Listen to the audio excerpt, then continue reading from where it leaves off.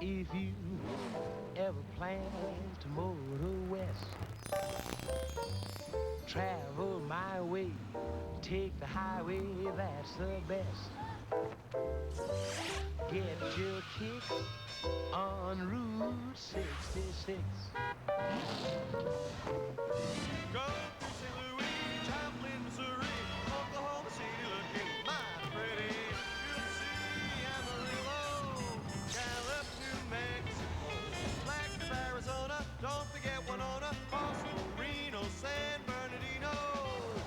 You get hip to this timely tip when you make that California trip. Get your kicks on Route 66.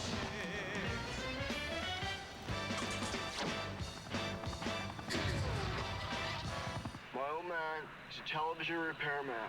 Got this ultimate set of tools. I can fix it.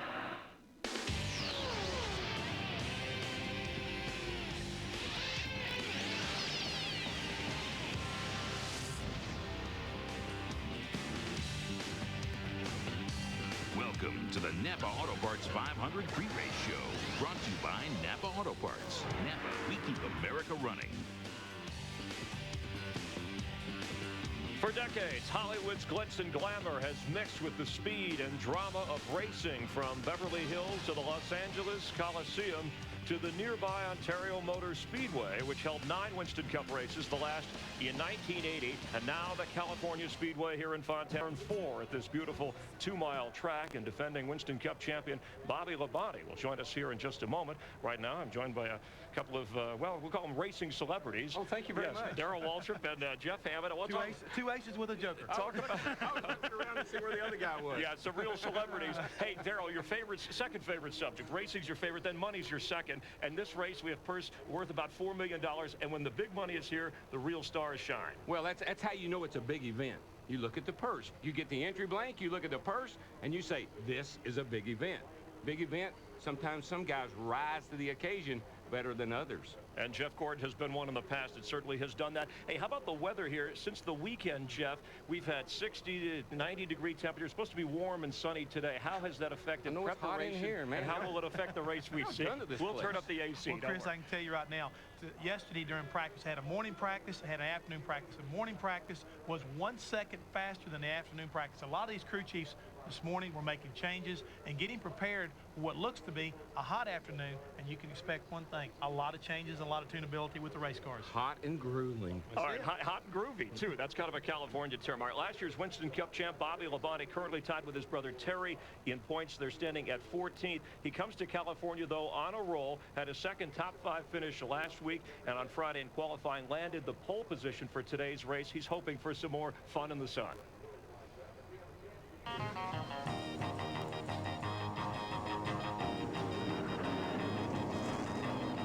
Whoa, we got a new pole sitter here with Bobby Labonte. Wow.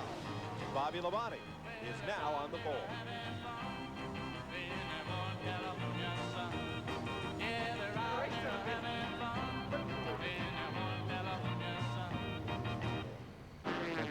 And we welcome Bobby Labonte. Thanks for coming up so close to the race. Yes. We all appreciate that. And you've been, what, since winning the points championship? You've been at the White House, on Letterman, now the Hollywood Hotel, so his career is complete. Yeah, it's right. You've been big time. But I got to ask you about we kid because we care. Complete? Yes. All right. We're working on it. Hazard over here. How about, Bobby, how about this rumor? We have to address the start of this weekend. We don't know where or how, but it got out about you being involved in a fatal crash here, and even people who are close to you heard about this before they knew it was not true. Yeah, that was kind of a tough deal. I mean, you hated to hear that, and we tried to dispose, all the fires that we could as fast as we could, but nowadays, I mean, it just goes so fast, it's so hard to do. But it came somewhere, we don't really know where yet, and reported that, I'd been in a fatal accident, I guess you might say, and then, my wife, I just talked to her 30 minutes before that, she knew it wasn't true, so, we just tried to put it all out, and as fast as we could. But it's a tough deal. I mean, you hate to see that happen. Yeah. Well, on another note, yes. Let me ask you something. When we won the championship our first time in 1981, we went to New York. We were the first ones to go to the Waldorf and celebrate. And, buddy, we celebrated. We celebrated right up till the Daytona 500. We got to Daytona, we said, raw. We're not ready to race, and everybody else is. Did that catch up with you guys? Something maybe like that? I don't really think so. I mean, this is one of those answers that you might not be able to answer today, but maybe 6 months from now. But, you know, I don't think so in a lot of ways. And we're, you know, our performance really hasn't been all that bad. I mean, it's going to be hard to top last year in a lot of ways. High expectations. Very high. And then what happened, you know, this year we've had a couple DNFs. One was almost a DNF, and that when you're back, you know, 42nd in points after the first race and you start clawing your way back up, I mean, we ran second at Rockingham, almost won. You know, it's like our performance really hasn't been that bad. We haven't been as good as we like to be, but I can't say that it goes back to the You can't blame it on anything. Not on the offseason. But you come here with a brand new race car and you sit on the pole. What's your chances today? Well, it's pretty much a one-lap wonder Friday. You know, hey, it's just that's the way it is, and I hope we can run good today. I hope you can, too. Yeah. Check Need to see you win one. your fuel mileage, right? That's the way here, right? Oh, Let's keep an eye on that. Yeah, we've got that down. All right, good. He can get fuel miles. He's like this old guy here. Jimmy Maycar knows how to get it in there. Thanks for Come on, yeah, be safe out there today. He heads to the track. Good luck, You go up to the booth again, right? Okay. Oh, we'll have yeah. fun. We'll watch Again. for you up there. Jeff, hang around. All right, Larry Boy and Mike Joy. By the way, the fans who still do not get FX and want to see all of the Winston Cup races this year, time running out. Next week, the night race in Richmond on FX. So is the Winston All-Star race in Charlotte and the June race in Michigan. To get your FX, it's simple. 1-800-FX-FX-FX-1. Meanwhile, a report in today's Orlando Sentinel says Dale Earnhardt's seatbelt did not break during his fatal crash at the Daytona 500. This according to one of the first emergency medical technicians to reach him at the scene. The technician, Tommy Probst, claims he had to repeatedly pull the seatbelt before it finally opened. NASCAR spokesperson Jim Hunter told us this morning that while speculation continues, NASCAR knows who was on the scene, and they are talking to those people as they continue their own investigation, which he thinks will be finished sometime in August. Hunter also felt strongly that there was one particular media outlet that is rushing to conclusions. Today would have been Dale Earnhardt's 50th birthday. Dale Earnhardt Jr. looking for his first win of the year. Little Lee has had kind of a tough week so far, and we're getting closer to the race, so stick around from Fontana. Fox tonight at a special time. It's a Simpsons 90. And the Hollywood Hotel California is looking better than ever. We made it look like that mansion. We've done some redecorating. Look how we've expanded. The new addition, we've got so many people calling wanting requests for our rooms. The Hollywood Hotel has a lot of room now. And we always want to take care of what they need. Fellas, we've got the need for speed. And today, Dale Jarrett, Labonte, and Jr. are all California dreaming for a hot race. And people can watch NASCAR. But I wanted to ask you about the... We want to see a restrictor plate. This little bad boy right here. Come on, let's go. I told you I had a class on race car technology. What about the pushing and the aerodynamics We're package? going to talk about that. But I know you want racing to broaden the audience, but come on. Jeff hooking up is a bigger surprise than last week's winner, Bobby Hamilton. Anyway, as you two would say, it's a beautiful day. Yeah, baby. You know, this is no way to watch a race. I think we ought to have some company. Well, I think you know what you're talking about there. Here we go. Randy Roderick, our Playmate of the Year. How are you guys doing? Wow. Yeah. Things have really taken a sharp turn. Hey, by the way, do you have a favorite car today? I think maybe number 6. Mark Martin. Very good choice. Hey, is Mike Joy married? He's kind of cute. Chris Myers, he's my buddy. Chris Myers is very cute, too. It's all good and all smiles. Get your cameras ready. NASCAR is next on Fox, and it's beautiful.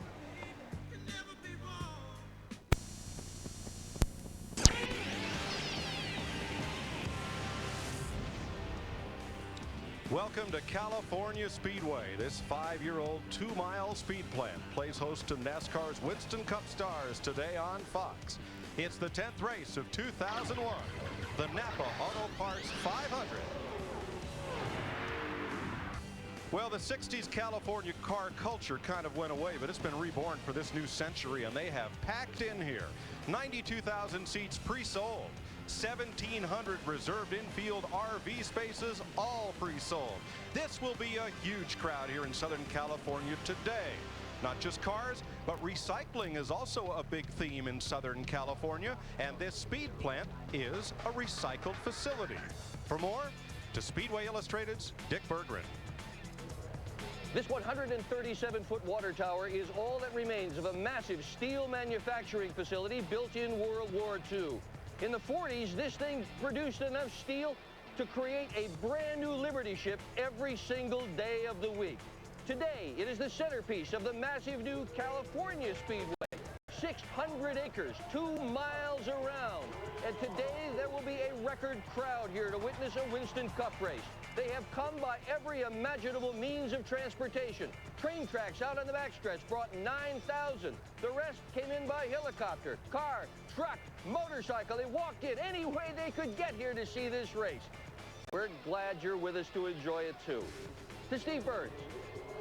Dick, you're exactly right. Over 120,000 fans have packed their way into this facility that's bigger than Dodger Stadium and Disneyland combined. And how fired up are these fans? Let's put it to you like this. The Dodgers are at home, the Kings and the Lakers are both in the playoffs, and this is the biggest sports crowd in Southern California. Jeannie Zelasco. Well, Steve, Mike Skinner, Jason Leffler, Ron Hornaday Jr., Kevin Harvick, and, oh yeah, Jeff Gordon. They wish they all could be California races because all those guys hail from the Sunshine State. They've all enjoyed the home cooking this week. It's the Mexican food that Harvick said he was looking forward to. As for Gordon, he'll just devour the field. He owns or shares just about every record at this track, and he's won 2 of the 4 races here. How's that for home track advantage? Jeannie, the California Speedway is a 2-mile state-of-the-art facility with big sweeping corners and more traffic lanes in the 405. The layout creates few accidents, even fewer cautions. So the big storyline today could actually be fuel mileage. That's right, fuel mileage. So after 4 days in this brown LA haze, today's 500-miler could boil down to the driver who best conserves fuel and the crew who makes the best call at the right time on pit road could decide who rolls into victory lane. To Mike Joy. Thanks, Matt, and hello, everybody, with Larry McReynolds and 3-time Winston Cup champ Darrell Waltrip. In yesterday's Busch race, the last pit stop, some cars took 4 tires, some took 2, some took none, some didn't even stop at all. Yeah, and you know what? Every crew chief, Winston Cup crew chief, in the garage was watching that race, and guess what, old buddy? They're more confused now than they've ever been, because all of it, nobody knows what to do. Well, and for 9 races, we've been talking about aero, we've been talking about chassis, we've been talking about horsepower. You've got to have it all here at Fontana. 2 miles, long straightaways, sweeping corners, but Matt Yoakum said it. You better start planning your strategy from the drop of the green flag. It's 500 miles. It's a grueling race, hard on cars, hard on drivers. And let's go trackside for today's opening ceremonies. From MRO, please welcome for our invocation here at California Speedway to start the NAPA Auto Parts 500, Mr. Tim Griffin. Would you join me in prayer, please? Our God and Heavenly Father, today we would pray first for each and every competitor. May you give them a real sense of your peace. May each driver and team member know of your loving and gracious care for them. Bless each one with concentration, safety, and wisdom as they compete on this track this afternoon. We also want to express our appreciation for the enjoyment that we have experienced as fans of the sport of motor racing. Through each of the difficulties and the victories that we have witnessed over the years, we have been challenged in our own lives to be people of faith and courage. For these gifts, once again, we say thank you.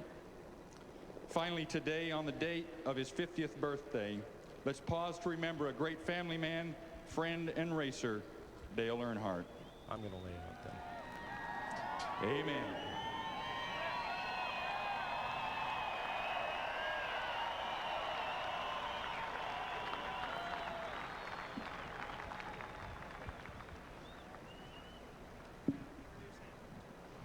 Will you please remain standing for the national anthem sung today by Rock and Roll Hall of Fame 2-time inductee, member of Crosby, Stills, Nash, and Buffalo Springfield, and recognized solo artist Stephen Stills. Oh, say, can you see by the dawn's early light what so proudly we hailed o'er the twilight's last gleaming, whose broad stripes and bright stars through the perilous fight o'er the ramparts we watched were so gallantly streaming, and the rockets' red glare, the bombs bursting in air, gave proof through the night still there. Oh, say does that star-spangled banner yet it wave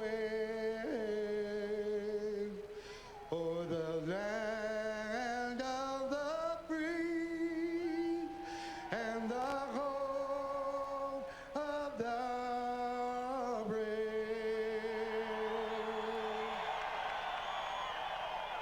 How about that, ladies and gentlemen? Stephen Stills. Great.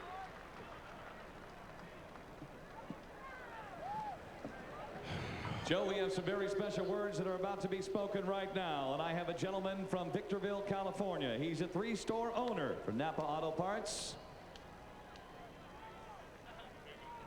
We are ready to introduce him, ladies and gentlemen, with these special words. Please welcome Grand Marshal Scott Nassif.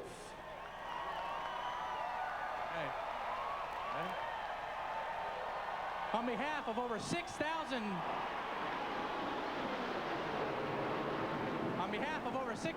NAPA Auto Parts stores, gentlemen, start your engines. Joe Benson, Southern California, is ready to go racing as we get ready to start.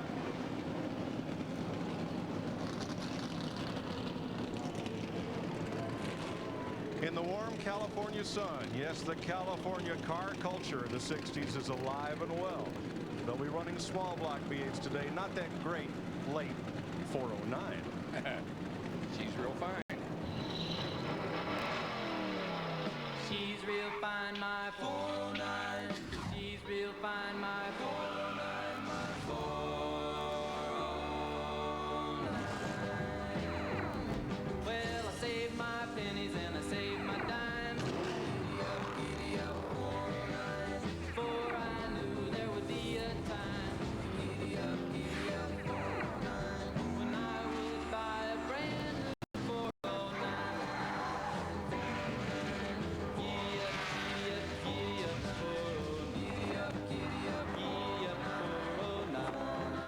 Imagine being trapped on an oil rig out at sea.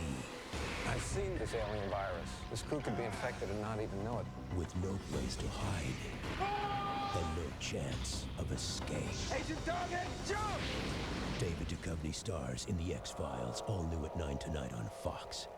Once it takes your picture, Mounted with twin .45 caliber automatics. it can take your life and its next victim You better bring that sucker back here now! could be Logan, I can't. The target's been acquired. an all-new Dark Angel. Logan, get down! At 9/8 Central Fox Tuesday. They survived the drill instructors. They survived Dismissal Hill. Now get ready for the most intense boot camp yet. There's only 6 recruits left. We're just diving right in, you understand that? And when they turn on each other, it's going to get primal. All new boot camp at 9/8 Central, Fox Wednesday. Hi, I'm Steve Hanshew, president of NAPA. On behalf of more than 6,000 NAPA Auto Parts stores and over 10,000 NAPA Auto Care centers, welcome to today's Fox broadcast of the NAPA Auto Parts 500. Thanks for joining us and enjoy the race. Welcome to California Speedway, where the engines are fired on 43 Winston Cup cars, set to do battle for 500 miles. Air temp 82 degrees. It's going to get warmer, but this is the one we're going to watch closely. As that gets hotter, this racetrack gets slicker. Ooh, I'm loose. Budweiser, sponsor of the Bud Pole Award. This weekend won by Bobby Labonte, his 21st Bud Pole and first of 2001, and his first pole since Loudon, New Hampshire in September of 2000. There are your Bud Pole winners from this season thus far. Let's have a look at the rest of our NAPA Auto Parts starting grid. Sharing the front row with Bobby Labonte, Todd Bodine has his best qualifying effort of 2001. And Tony Stewart, finished second last week. That moved him in the top 10 in points for the first time this year. Dale Jarrett, our points leader, 3 wins this season. Best California finish is 5th in 99. Got Steve Park there. He's had kind of subpar finishes the last few weeks. Fell to 7th in the points. Mark Martin won here in 1998. His best 2001 finish last week was 4th. John Andretti, Brett Bodine here, the 6th row. Hey, and it's good to see our old buddy Kyle in the race this weekend. Have at it, young man.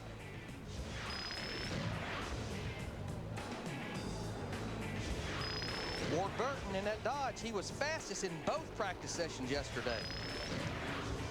And there's old Rusty. He's looking for a good run today in that Miller car. Jeff Burton beginning to come on this season, 26th in points, top 5s in the last 2 California races. Matt Kenseth, tough day yesterday in the Busch race. He was the defending champion of that event, but had problems. Jason Leffler, Kenny Wallace made the show on time. Jeff Green making his first NASCAR Winston Cup start since June of '99 at Pocono, was 3rd yesterday. Daytona 500 champ Michael Waltrip and Hunt Strickland, solid effort. And there's Sterling. He led the most laps last week, finished 23rd. How do you do that? And Kurt Busch, he won here in trucks last year. Another rookie, Andy Houston, there with Joe Nemechek. And Ron Hornaday, California native, with Mike Wallace. Dale Earnhardt Jr. in a backup car has had strong finishes the last 3 races out. And his old buddy Bobby Hambone Hamilton right there beside him, last week's winner. And a look through the rest of the drivers who had to take provisionals. Schrader said he wrecked on his qualifying lap. He just didn't hit anything. I'll attest to that. And Kevin LePage, it's the first time the Morgan McClure team goes home in the last 409 races, back to 1988. Buckshot Jones and Shauna Robinson broke the rear end pinion gear on her qualifying lap. Safety workers giving their salute to the drivers as we get set to go, and you look through our in-car cameras. Well, how much will what happened yesterday dictate today's race strategy? I don't know. Everybody used a different philosophy yesterday as far as how to get to victory circle. I like the fact that coming in, gassing and going, no tires. These tires, I love this tire. I wish I was driving on it. It never falls off. The cars just keep on hammering, hammering, hammering. You don't have to put 4 tires on every time you come in the pits. And this racetrack is so smooth, it's not hard on the tire, Darrell, so these guys can run longer than a fuel stop on their tires. It changes everything, Mike. I mean, all we've heard for years is 4 tires, 4 tires, 4 tires. Now you got to think differently. Let's think gas mileage. That's what it's supposed to be. Yes, in the past, new tires were faster than worn tires. That's not always the case anymore, and it dictates different thinking. 4 drivers, or rather 3 drivers, have led half of the laps raced here at California Speedway. Jeff Gordon, Bobby Labonte, and Mark Martin, between them, have led half of the laps they've ever run here. And they will lead laps today. Those are all guys that are running good here this weekend, and we can expect to see all of them in the front at one time or another. Again, that's dictated by pit strategy. What happens in the pit, track position. These are all key factors in today's race. Whoops. 43 cars in the field, 250 laps to make up 500 miles. And we thought yesterday the pit window was about like today, 45, 50 laps, and a few cars proved us wrong. But boy, that's the one we're going to watch all day long, because it could be a reason that this race is won on strategy, that pit window. And don't you tell me today that can't nobody make it, you hear me? I promise you.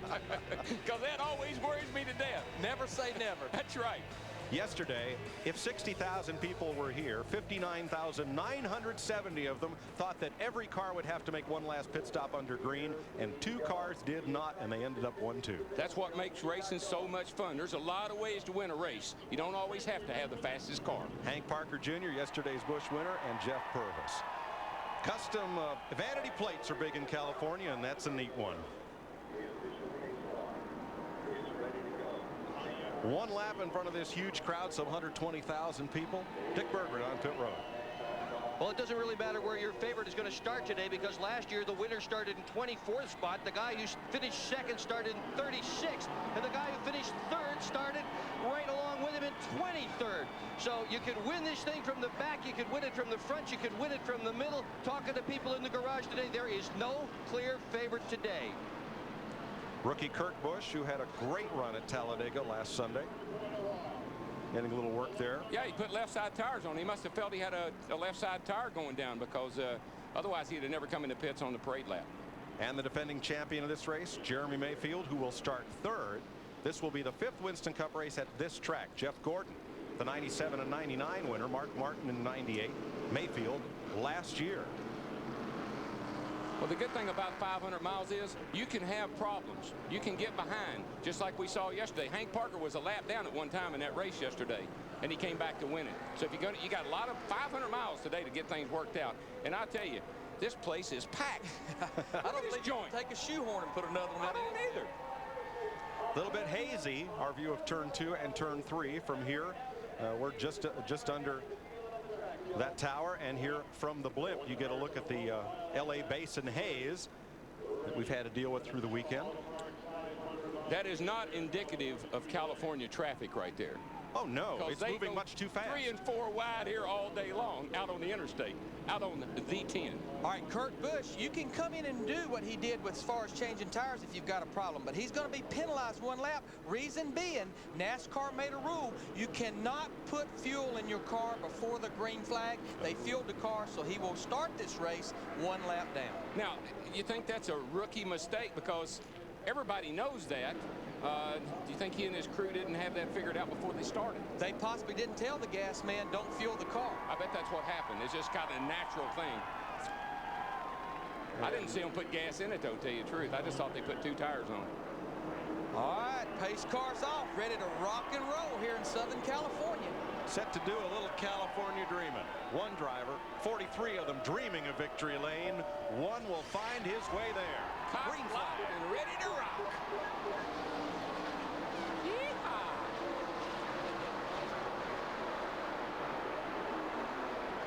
Cars would like to get to the bottom of the racetrack, but they don't mind running side by side. Wide corners, couple of grooves here, no problem. Side by side by side. You got to watch the start. These cars going in there 2 and 3 wide. Track's a little dirty from being there all night. Cars been riding around, pace cars and whatnot. Got to get her cleaned off so you can get some good grip. Labonte Mayfield and Todd Bodine into turn 3.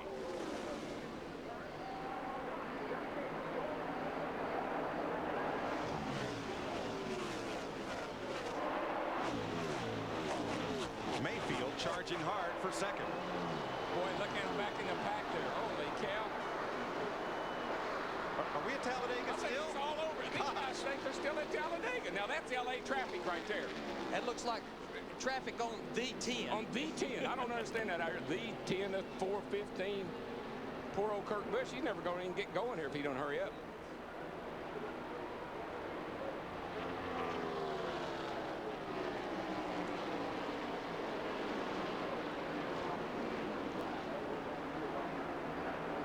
The front 8 or 9 shuffle out single file now as we complete lap 2 and honor the memory of Dale Earnhardt with a silent 3rd lap. And Larry, here's what happened. I didn't see him put fuel in the car, but like you said, I believe the fuel man, there he is. He stepped over, shot a little fuel in that thing, and that is a no-no.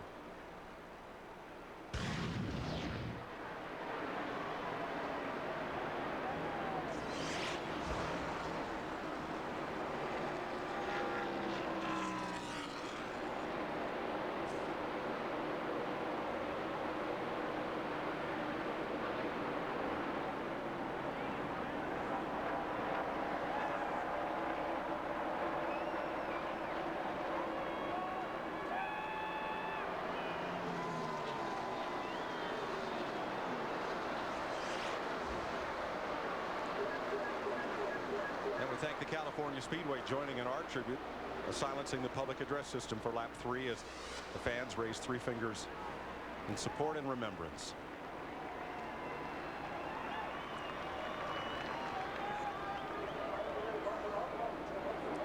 Ricky Craven trying to fend off Jeff Burton back there at 19th position side by side. Well, right now is no time to force the issue. Got a long way to go.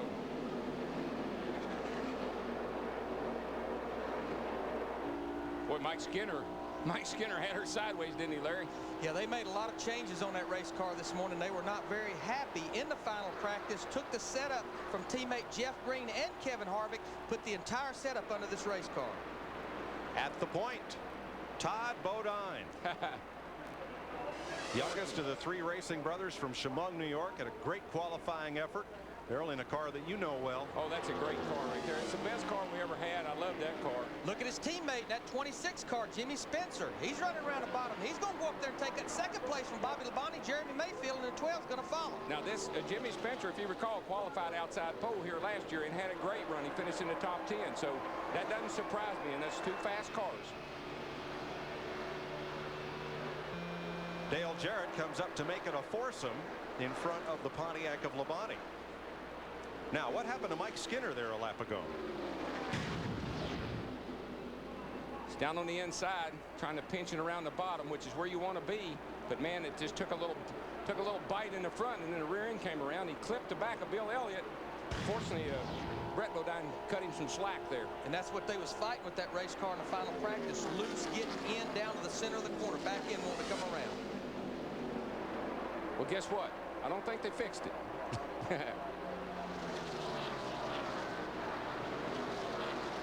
One car dropping back a bit is Ricky Rudd. He's fallen to 12th place in his Haviland number 28. Steve? Mike, Ricky Rudd has radioed his crew and said that he feels extremely loose. The crews told him not to worry about it. The car will come back to him once the air pressure's built up. Before the race, crew chief Michael McSwain said the car was very good, but it's loose right off the bat. And that's not totally unusual. Oh, no. We start these tires very low on air pressure here, and you can go very low here because the racetrack is so smooth, and it takes a little bit to build up, and the car will feel loose.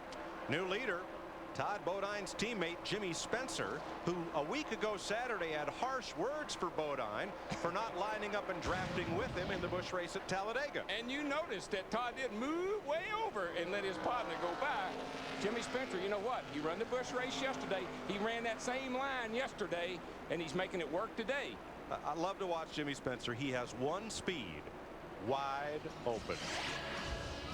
Spencer's the leader. Mayfield second. Bodine, Jarrett, and Labonte here in California.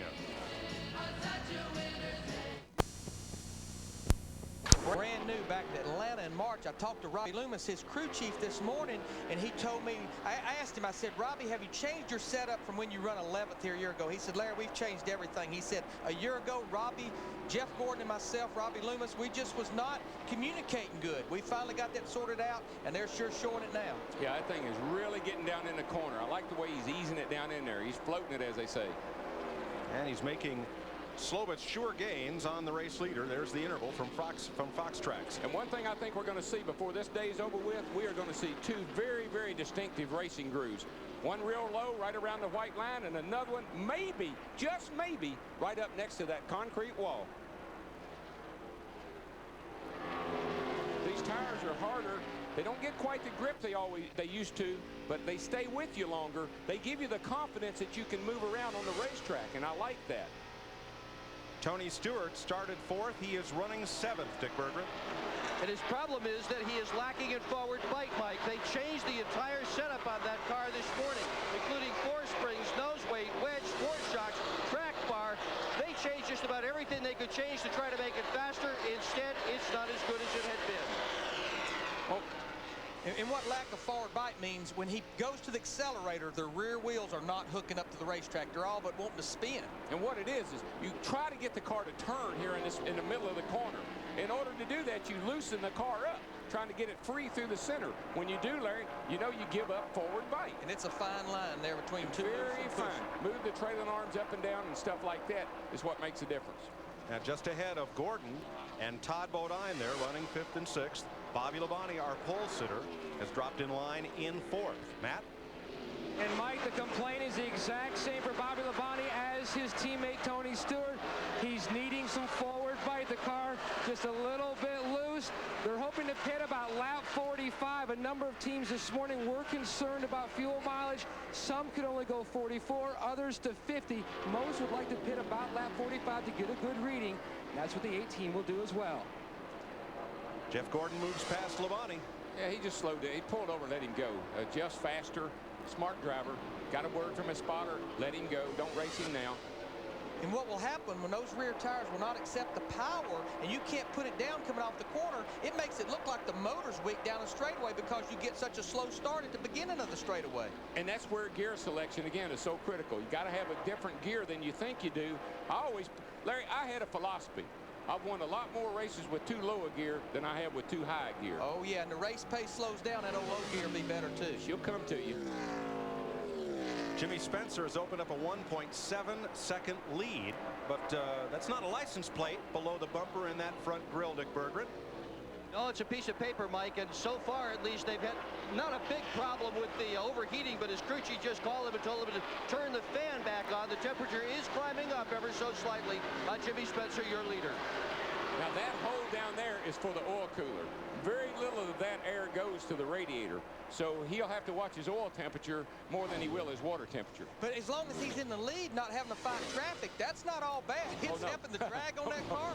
It's helping front downforce. They got to get it off there because it's going to get warmer, but not all bad right now leading this race. Not at all. Jimmy Spencer with a wrapper for a hitchhiker down below the front bumper of his number 26. He leads here in Fontana. Celebrating by Team Monte Carlo. And the defending race champion Jeremy Mayfield, Dale Jarrett, Todd Bodine, Jeff Gordon on the move, and Tony Stewart. I'll do my part, Mikey, but you need to do yours too.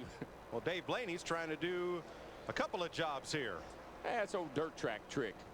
Reach out there and pull that tear off. It's worrying him to death. It's very distracting. That's a tear off they would normally tear off about halfway through the race to clear the windshield back up. Those things are, they have adhesive backs on them. You put them on with water and then squeegee them down, and sometimes they get a little moisture on them and they come loose. It's like driving in New England in winter where you got to reach around to clear the ice off the wiper every time it comes around. Really? Yeah, I'm afraid so. We don't have that trouble in Tennessee. It's not fun, I promise you. Jeff Gordon had been streaking to the front, but right now he sits 0.2 of a second off Todd Bodine. Well, he's stuck on the bottom. He wants to try to run the bottom, and every time he tries to exit the corner, somebody's in his way. This time it's Todd Bodine. He's really pushing up off the corner real bad. Another car that's streaking is that little white dot looking out the back of Tony Stewart's car. That's Kevin Harvick in the 29 car, started 13th. He has moved up to 7th. He drove by Bobby Labonte a while ago like Bobby was sitting still. Yeah, Bobby, you got to understand how he drives. He's not going to race anybody right now. All he's doing is he's putting in miles right now, talking to his crew chief, telling him what the car's doing and what he thinks they need to do to get to the end of the day. Boy, Mayfield just dropped down to the bottom of the racetrack in turn 1 and let 3 cars zoom past. That's just not uncommon. Get guys up on your back bumper, your spotter, your crew chief. They'll say they're a little quicker than you. And son, we got a long way to go. This is a 500-miler. Let those guys go and follow them. Darrell, he dropped down at first. I thought he broke. Well, he was just letting those 3 cars by. Yeah, it'll kind of be a little bit breathtaking there for a second when you first see it. But that's all he's doing. He's going to draft those guys, help his gas mileage, see where they're running.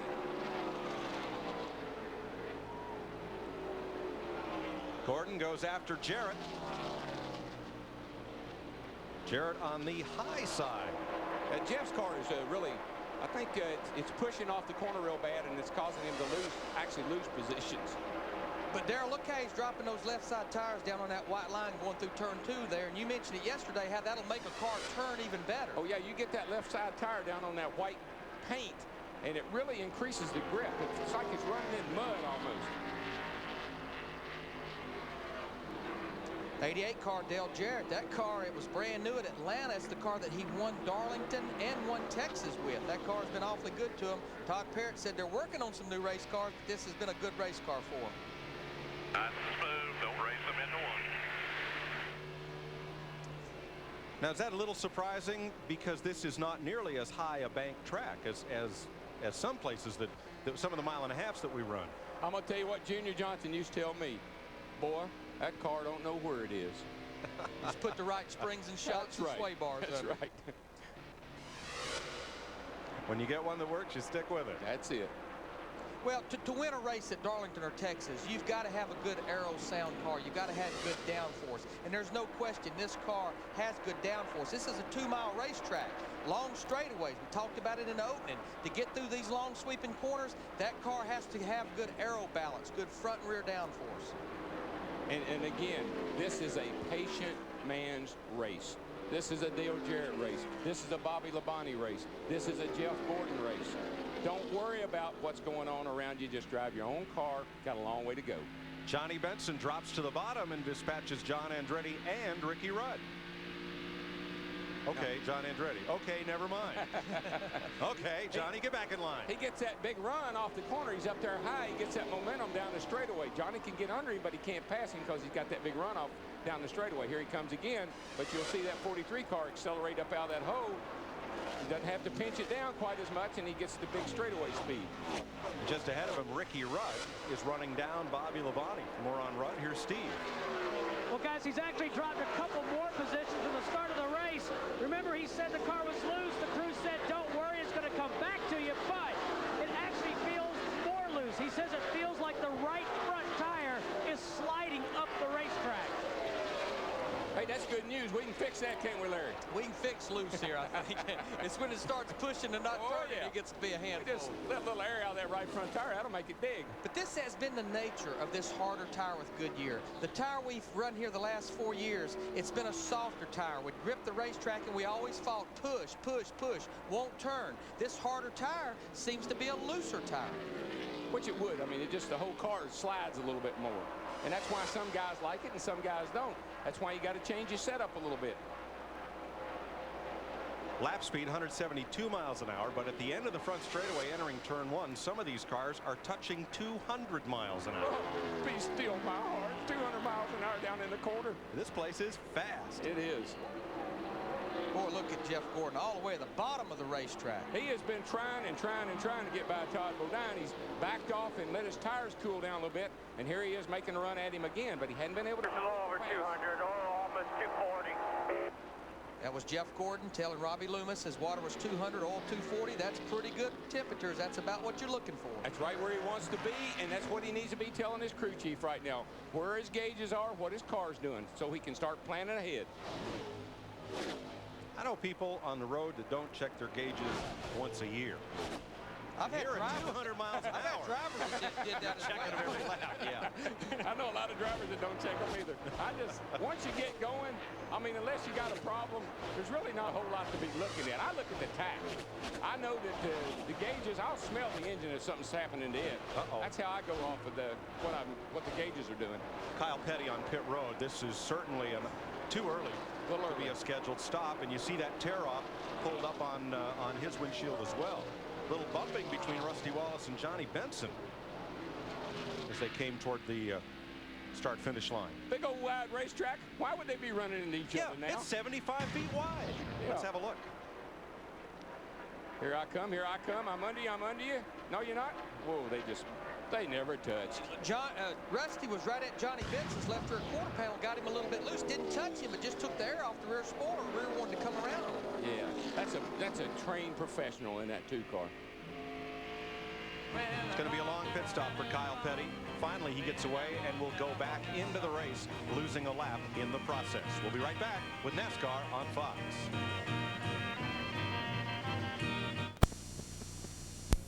NAPA Auto Parts. NAPA, we keep America running. 33 laps complete. Jimmy Spencer has led 27 of them. Next week we go to Richmond, Virginia with Winston Cup qualifying on FX 5 p.m. Eastern Time Friday, followed by Winston Cup practice and the NASCAR Busch Series race all on FX. On Saturday, not Sunday, Saturday, NASCAR This Morning 10 a.m. and the Pontiac Excitement 400 on FX at 7:30 p.m. Eastern Time. It's the first of several Winston Cup races you'll see on FX this year. And if your local cable system doesn't carry FX, here's the number to call, 1-800-FX-FX-FX1. We'll connect you to your cable company and let them know you want your NASCAR. So far, more than 10 million subscribers have been added to FX since we began our NASCAR coverage, and you began demanding FX on your local cable system. Boy, up there on that 3/4 mile under the lights, DW, Richmond, Virginia, beating and banging. I love nighttime racing. Brings back a lot of great memories in my career, and a lot of other guys too. Our buddy Bobby Hamilton, or my buddy Bobby Hamilton, is about to go a lap down to our leader, Jimmy Spencer. He better hurry up. And another of the cars that took provisional start, Stacy Compton, has made a pit stop. Here's the 7th place battle. Boy, Ricky Rudd, the 28 car, it took it a while for that car to start coming to him. And again, I say it's probably a few things that maybe made that car feel like it did. Low air pressure, racetrack not as clean, no rubber. You know, there was rubber laid on it, but it hadn't been ran on since yesterday. So starting to come to him now. Jimmy Spencer has started this race off much like Greg Biffle started yesterday's Busch race. Biffle in 30 laps jumped out to a 6.5-second lead. Spencer at 36 laps has about a 4-second lead on the field. But as we quickly found, those long leads don't mean much after the first round of pit stops. You got to be real careful when you make your pit stop, what changes you make to your car. Driver's going to say, I love my car, don't do anything. That might be a mistake. Here's the 12th place battle. John Andretti at the front of that pack, and that's Jeff Green in the number 30. This is the Richard Childress car that had been prepared to run 7 races this year for Kevin Harvick before fate intervened. Look at Casey Atwood in that 19 car, that Dodge. He's going to pull Mark Martin with him all the way to the bottom of the racetrack, off the corner. That's hard to do off turn 2. And carry a lot of speed it is. Get that car bound up around the bottom like that. I see lots of guys moving way up the racetrack like Ward Burton's doing right there. And you can see those cars ahead of him. They're hunting that high groove, hunting some fresh dirt to run in. You know, even though this is not Daytona or Talladega, we've seen speeds at almost 200 miles an hour. Mark Martin in the 6 car tucked up behind Casey Atwood. The draft plays a role here. Oh, yeah, and you got to be careful and don't suck the guts out of that motor because that draft will really pick up the RPM down these long straightaways. Those are all things you got to be thinking about right now. How much am I turning? What's the RPM look like? What am I going to do to my car? So much early on here that you just got to think about as a driver. You're not just riding around, although it may look that way. We're about 10 laps from the first pit stop of the day. Should we stay green?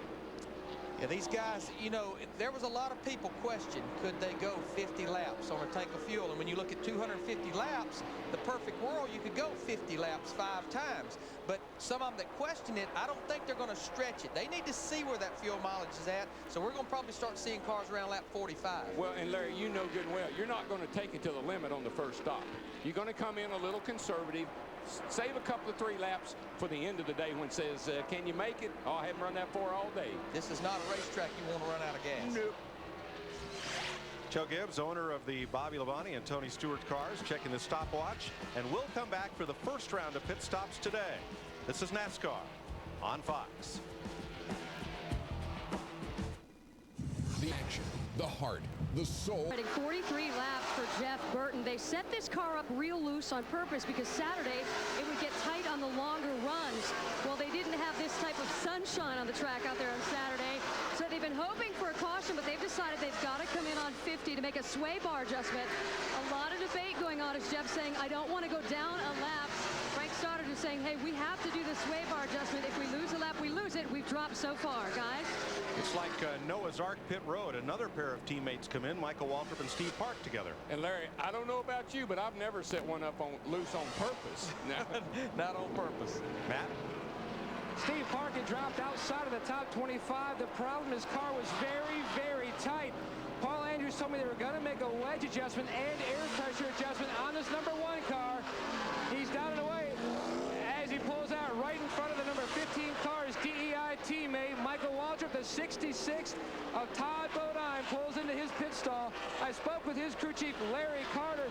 He said Todd was complaining his car was just a little bit loose. They were going to adjust with air pressure about 1 pound out of the right rear. He stalls the car as they come around to the left side.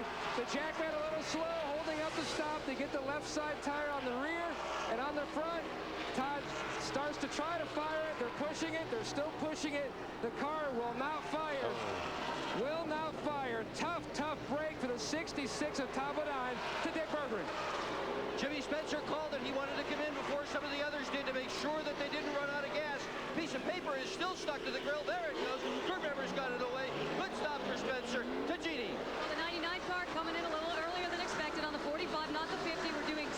We're doing a 4-tire change, filling up on fuel.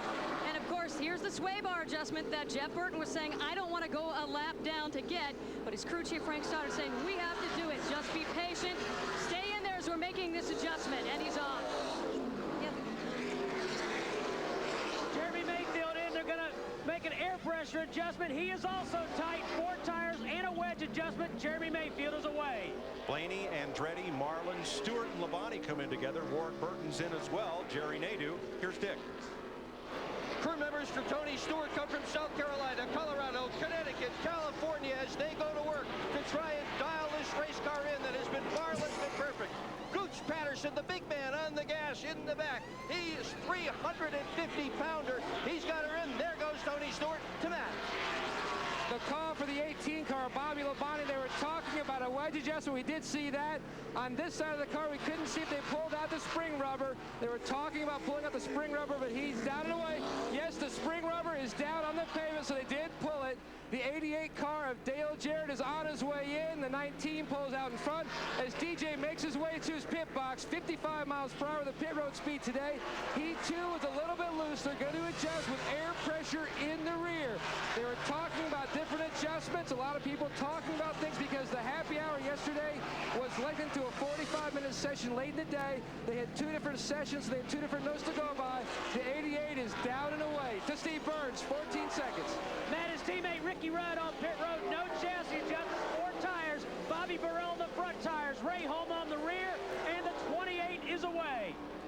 Most of the two-car teams came in together except the Childress and Hendrick and Penske teams. Most all the other two-car teams stopped at the same time.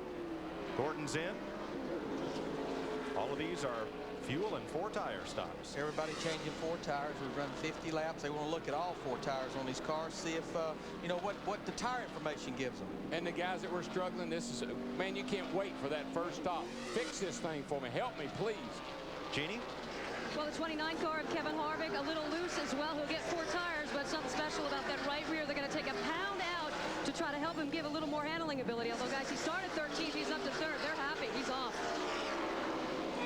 See, Bobby Labonte and the 18 car, Kevin Harvick and their group, they made the same adjustment. They just did it in different ways. They took air pressure out of Kevin Harvick's right rear, softens that spring weight. They pulled a spring rubber out of Bobby Labonte's right rear, soften that spring weight, will tighten that race car up. Jeff Gordon did lead a lap before he pitted. So did Matt Kenseth. And now Mark Martin, who pulled up to 2nd place, makes his stop. Matt? I spoke with Jack Roush this morning. He said the 6th car got about 51 laps during the final practice session. He didn't want to go past lap 50 on the first stop so they could get a good read on their fuel mileage. A 4-tire stop for Mark Martin. They will adjust this car with air pressure just a tick tight. 16.8 seconds to stop for Mark Martin. Matt Kenseth is the last car to stop. He assumed the lead. When all these stops are complete, Jimmy Spencer will be the leader over Jeff Gordon by about 3 seconds, and that's about half the lead that he had when pit stops began. Dick Berggren? 17, Matt Kenseth on his way down pit road. Pit work yesterday, poor pit work, absolutely cost him the race, no question about it. That was in the Busch Series. This is a different crew working on this car, but they surely know better than to let Matt Kenseth down this day. He has been one of the strongest competitors of all. They changed a pound in the right rear tire, 4 tires fuel, that's all they're going to do. Boom, Kenseth's off. 14-4. Good stop. Well, one thing I'm seeing with the Roush cars, you got Matt Kenseth, Kurt Busch, Mark Martin, and Elliott Sadler, who runs the Roush motor. These guys must be getting pretty good fuel mileage. They have stretched it. Now, look at this guy right here on the 99 car. What he's doing, we talked about a sway bar adjustment. They are unhooking the rear sway bar. That really will tighten a race car up, and you have to have it flat on the ground before you can unhook it because it has heim joints, and it would be bound up with it jacked up. So Burton back out on track, and I don't believe was able to hang on the lead lap with the extension of that pit stop. Jimmy Spencer has come back to the lead at 51 laps. Jeff Gordon is 2nd. Dale Jarrett, Ricky Rudd, and Tony Stewart are the top 5 after our first green flag round of pit stops coming between laps 46 and 50. So 50 of 250 laps complete here at California Speedway and the NAPA Auto Parts 500 on Fox. This is Bill. Bill is installing a new belt on his car. The belt he purchased isn't exactly right, but it seemed like a bargain, and Bill's determined to get it on there.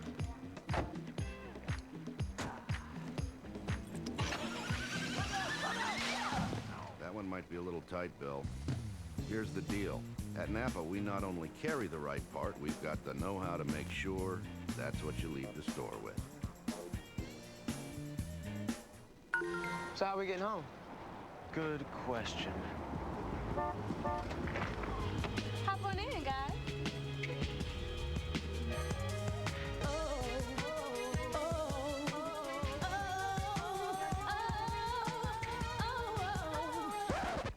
this under never.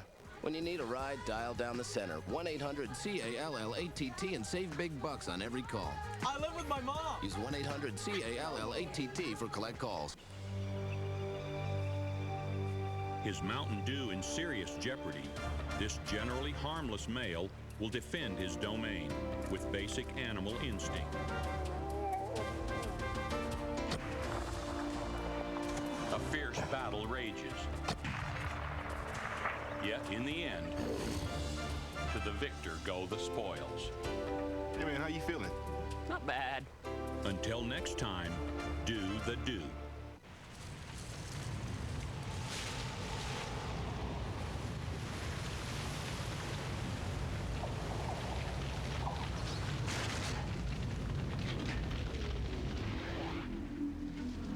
The sleek 200 horsepower Chevy Monte Carlo SS. Green. The side you show the world is up to you. The NAPA Auto Parts 500 on Fox is brought to you by Team Monte Carlo, the cars more champions depend on. Chevy will be there. And welcome back with Jeff Hammond, Chris Myers, the Hollywood Hotel, our mobile studio. We are trackside, keeping an eye on things. Jimmy Spencer, who never forgets, by the way. Never forgets. Right, he pointed that out. Yes, he did. Started 9th today. He finished 7th in the Busch race yesterday, took the lead on lap 7, and still has the lead. How about the weather conditions? We touched on it in the pre-race show, how they've been different throughout this weekend. You can see right now early on that some of the cars are struggling because of that fact. They didn't guess right on the chassis setup, and it's really, really big here. All of a sudden, the leader's coming around. He's right on. He's getting the job done, and he's lapping people already. So, Chris, the weather's already bit, guys. All right, and as you see, the leader, Jimmy Spencer, also worth pointing out, our current points leader, Dale Jarrett, who is running 3rd in the UPS car, had quite a busy week. On Wednesday, was having lunch with NASCAR President Mike Helton in Washington, and the president, George Bush, invited them into the White House. You gotta be kidding. In the Oval Office. George Bush, a big fan of NASCAR, even though they go to the left a lot in this sport, of course. And then on Thursday, Dale Jarrett shot a commercial for Outback with his teammate Ricky Rudd, and he was so busy with, then he had to get ready for the race, he turned down Laker playoff tickets. No, he didn't. Yes, he did. He didn't call us. No, well, we would have used it, but he's enjoying California so far. Let's get down to the track and Dick Berkman. Jimmy Spencer's crew did exactly what they had to do. He came into the pits leading. Now he is back in the lead again. Tires off his car look just terrific. Car is running well. Water temperature is stabilized. Everything is going well for him. To Steve Burns. Dick, after Ricky Rudd made his pit stop, crew chief Michael McSwain said the tires have said the same thing you did. Remember, he said he felt like he was loose, sliding on the right front. The tire specialist made all their measurements and checks of the tires. He said, just keep digging. Right now, the car's running pretty well. Let's go to Matt. Conversations with Bobby Labonte, the pole sitter, and his crew chief, Jimmy Maycar, about that number 18 Pontiac. The car is still very loose on entry and loose off. They did pull a spring rubber on the right rear and made a wedge adjustment, but Bobby says the car is still very loose. Good Genie's Alaska. Well, Matt, coming into today, Kevin Harvick has run 5,511.62 miles, Busch and Winston Cup combined, and these are some of his favorites because this is in front of his hometown crowd, he calls it. He grew up in Bakersfield, not very far from here. The good news is he gets to eat his favorite Mexican food. The bad news is all the people. Labonte slides across the infield grass toward the start-finish line and is going to straighten it out, but caution is out. He got hit by somebody. I couldn't tell who it was. I just saw him spinning. First caution of the day comes out at lap 58. Now the leader is that gold car of Jimmy Spencer. He has not taken the caution flag.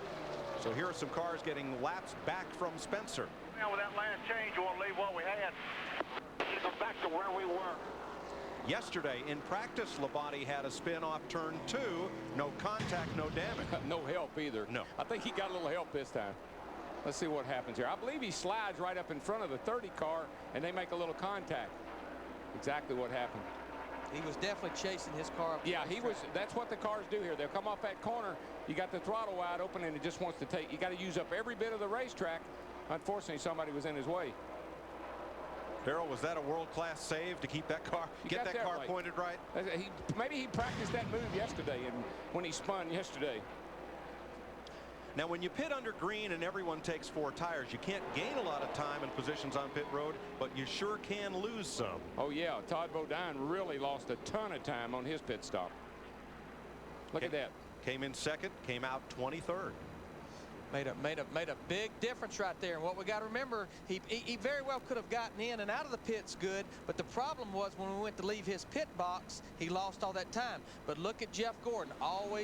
He always does a good job getting in and out of his pits. Now, that time we show in the right-hand column, that's in lap, the lap he comes in and pits, and the out lap and the pit stop all combined. That's getting slowed down, getting back up to speed, everything. The pit crew work and the driver work. 2 laps, including the pit stop. Right. First caution of the day for Bobby Labonte's spin. No damage. Very fortunate. Very, very fortunate. Now, if you were just in the pits 10 laps ago, will anyone stay out? Everybody's going to be in at least getting fuel. Darrell, I want to give you 2 tires, but what you got to be careful if you've been loose. You can't change just 2. Dick Berggren. Jimmy Spencer's crew, Terry Spaulding on the front tires, Bill Kerwin on the back, Phil Thomas on the gas, Wayne Jenks on the jack, in a 4-tire change. 1 round of the track bar to try and tighten the car up, and let's go to that. 88 car, Dale Jarrett in, Mike Trower coming around, 2-tire stop for the 88. The 24 is down and away, as is the 10.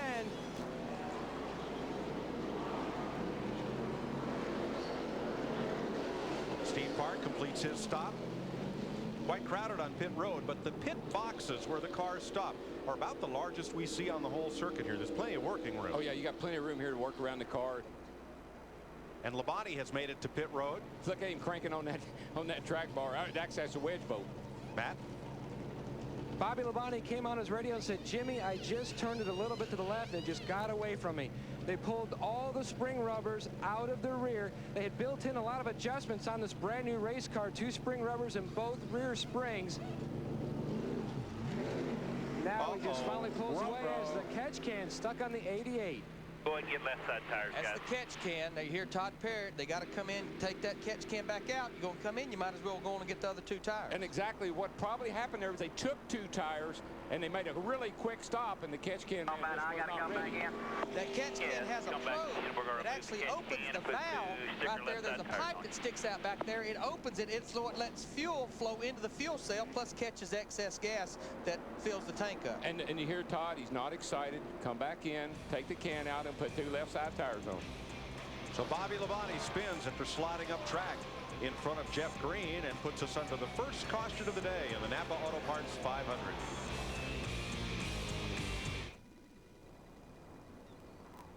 Jeff Gordon with a 2-tire stop has taken the lead. Dale Jarrett has fallen back to 31st after a penalty stop, and here's why. Larry?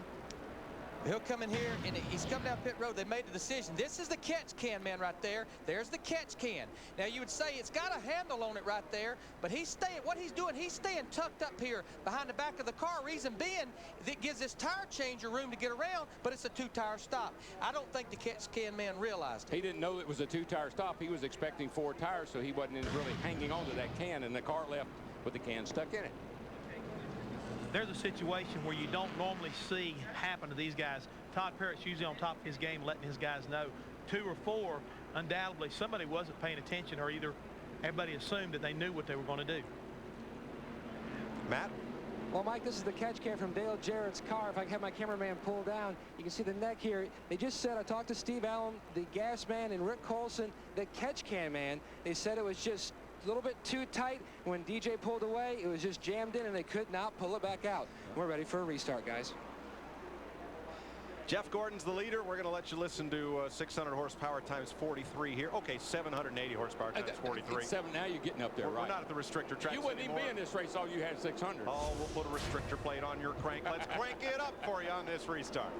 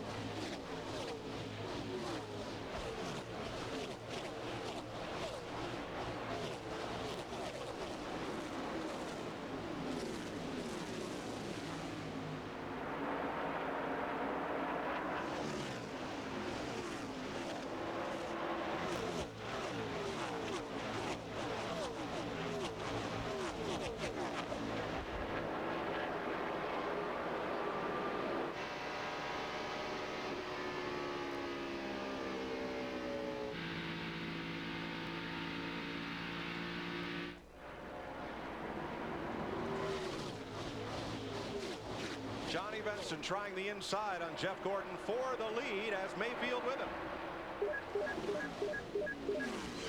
Jeremy's right there too. You know, Gordon took 2 tires. His car wasn't that, I don't think his car was that good before the pit stop. So I think if I'd been him, I'd have just on took 4 tires. All these cars right here took 2 tires. Johnny Benson, Jeff Gordon, Jeremy Mayfield. Steve Burns, talking about Jeremy Mayfield, what's going on with him? Well, Larry, not only did they take just right side tires, they also made a track bar adjustment on that number 12. Jeremy said he needed just a little bit more grip. Let's go to Jeannie Zelasco. I'm sorry, let's go to Dick. Tony Stewart had a relatively long pit stop. Here's why. This rubber was in the right rear spring. Takes a little bit of a time to get this thing pulled out. They pulled it out in order to help the car coming off the corner. He came out in 14th spot, but with a better handling car. To Jeannie. Well, Kevin Harvick was complaining that his car was still a little loose. So crew chief Kevin Hamlin said, come on in, we'll fix it, we'll take care of it. Now, of course, they had an air pressure adjustment. The first pit stop, more air pressure adjustments. This time, just 2 tires to that right side. They also took a rubber out of that right rear, and the drama continues for the 99 car. Jeff Burton, still loose going in and out of the turns. They worked on that track bar again. Put a rubber in the right front, took a rubber out of the right rear, and he's still a lap down at 40th. Mike? Yeah, Jeannie, several cars got lapped during that long green flag run at the start of the race, including Kenny Schrader, Terry Labonte, Ron Hornaday, Kenny Wallace, Burton and Petty, due to pit stops, are a lap down. Elliott Sadler, Bobby Hamilton, Stacy Compton is 2 laps back, and Kurt Busch was penalized a lap before the green flag for making a stop before the green and adding fuel to his car. He's up here right now in that 97 car trying to get that lap back. I tell you, the guy though, that Jimmy Spencer took 4 tires. He was our leader before those caution pit stop. He's coming back through the field real quickly, closing down on the front lead as we speak. That's the fastest car on the racetrack right now. Spencer with 2 Instant Cup victories. They came while he was driving for Junior Johnson, Daytona, and Talladega.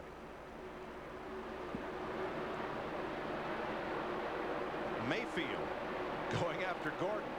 Now you see 2 totally different driving styles there. See how Jeremy backed off early? That car shot by him on the outside. Now watch how he come off the corner. Down low, come off. He would like to put a slide job on him, but he knew better. Oh, behind him, they're 3 wide.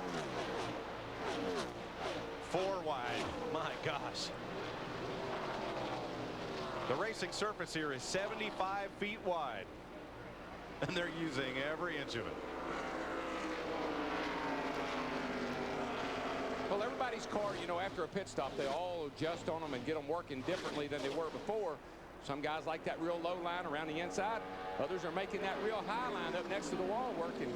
I think that's going to just keep on improving. Up high, got new pavement up there, hadn't been raced on. I think that's going to be the place to run before the day's over with. From 154 miles an hour coming up off the corner, you see the speeds climb down the front straightaway for the leaders.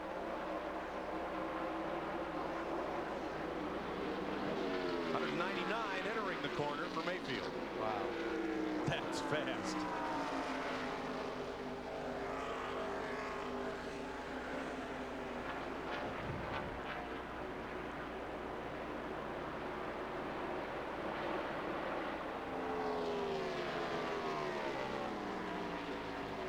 Now that's going into turn 3 back there, and you see a little bit difference in speed. There's about 3 to 4 mile an hour difference in the back straightaway entering turn 3 than there is coming around this big loop here in the front, where you're in the throttle so long you get up to over 195, maybe close to 200 mile an hour. So you're already at 198 there. The front straightaway is so much faster getting down into turn 1. But you're in the throttle from the middle of 3 and 4 to the middle of 1 and 2. Long, long, long way around this front straightaway. And that's why gear selection is so critical. You need gear to get up out of 2 to keep getting past back there, but then it really taxes the engine down the front straightaway. Jimmy goes for a slide up into the corner. Climbed about 4 lanes. Yeah, he's been about running that lane almost the entire race. He goes in low, moves up high in the center, and carries it off high off the corner. From Spencer to the leader, 1.8 seconds. Well, one thing about Spencer back in there, and he was leading the race. He knows he's got a fast car. He has a tendency to overdrive, and that'll hurt you here. And particularly, you just come out of the pits on new tires. You need to give those tires a chance to build up a little bit and not hurt them. been nearly 7 years since Spencer has been to victory lane in a Winston Cup race. Both his wins coming in July of 1994. And then Travis Carter, a lot like Andy Petrie. He's been in this business a long time and has really struggled as a car owner to win races. He's come up on the car of Ward Burton at 22. You saw it really hurt his speed right there, the interval. And Harvick got him. Harvick had momentum and jumped right underneath him. Harvick gets that good swing down. He runs down the hill and gets momentum and takes the position away. And that'll just make Jimmy mad. Boy, look at Mark Martin in that 6 car. He took 2 tires as well. He's on the move. He's hanging right there.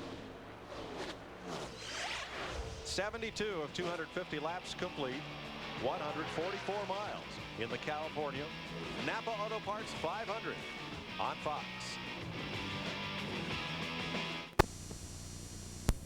6 different leaders and 7 lead changes, and Kevin Harvick with a pass for 5th place. Jeff Hammond. Yeah, coming off the turn 4 just a minute ago, he was following, trying to get by Jimmy Spencer as well as Ward Burton. As they come up upon them, he automatically just cuts it to the bottom of the racetrack. I mean, what a move as they come to the start-finish line and passes both Spencer and Burton to that position. As Jeannie Zalasko pointed out, yes.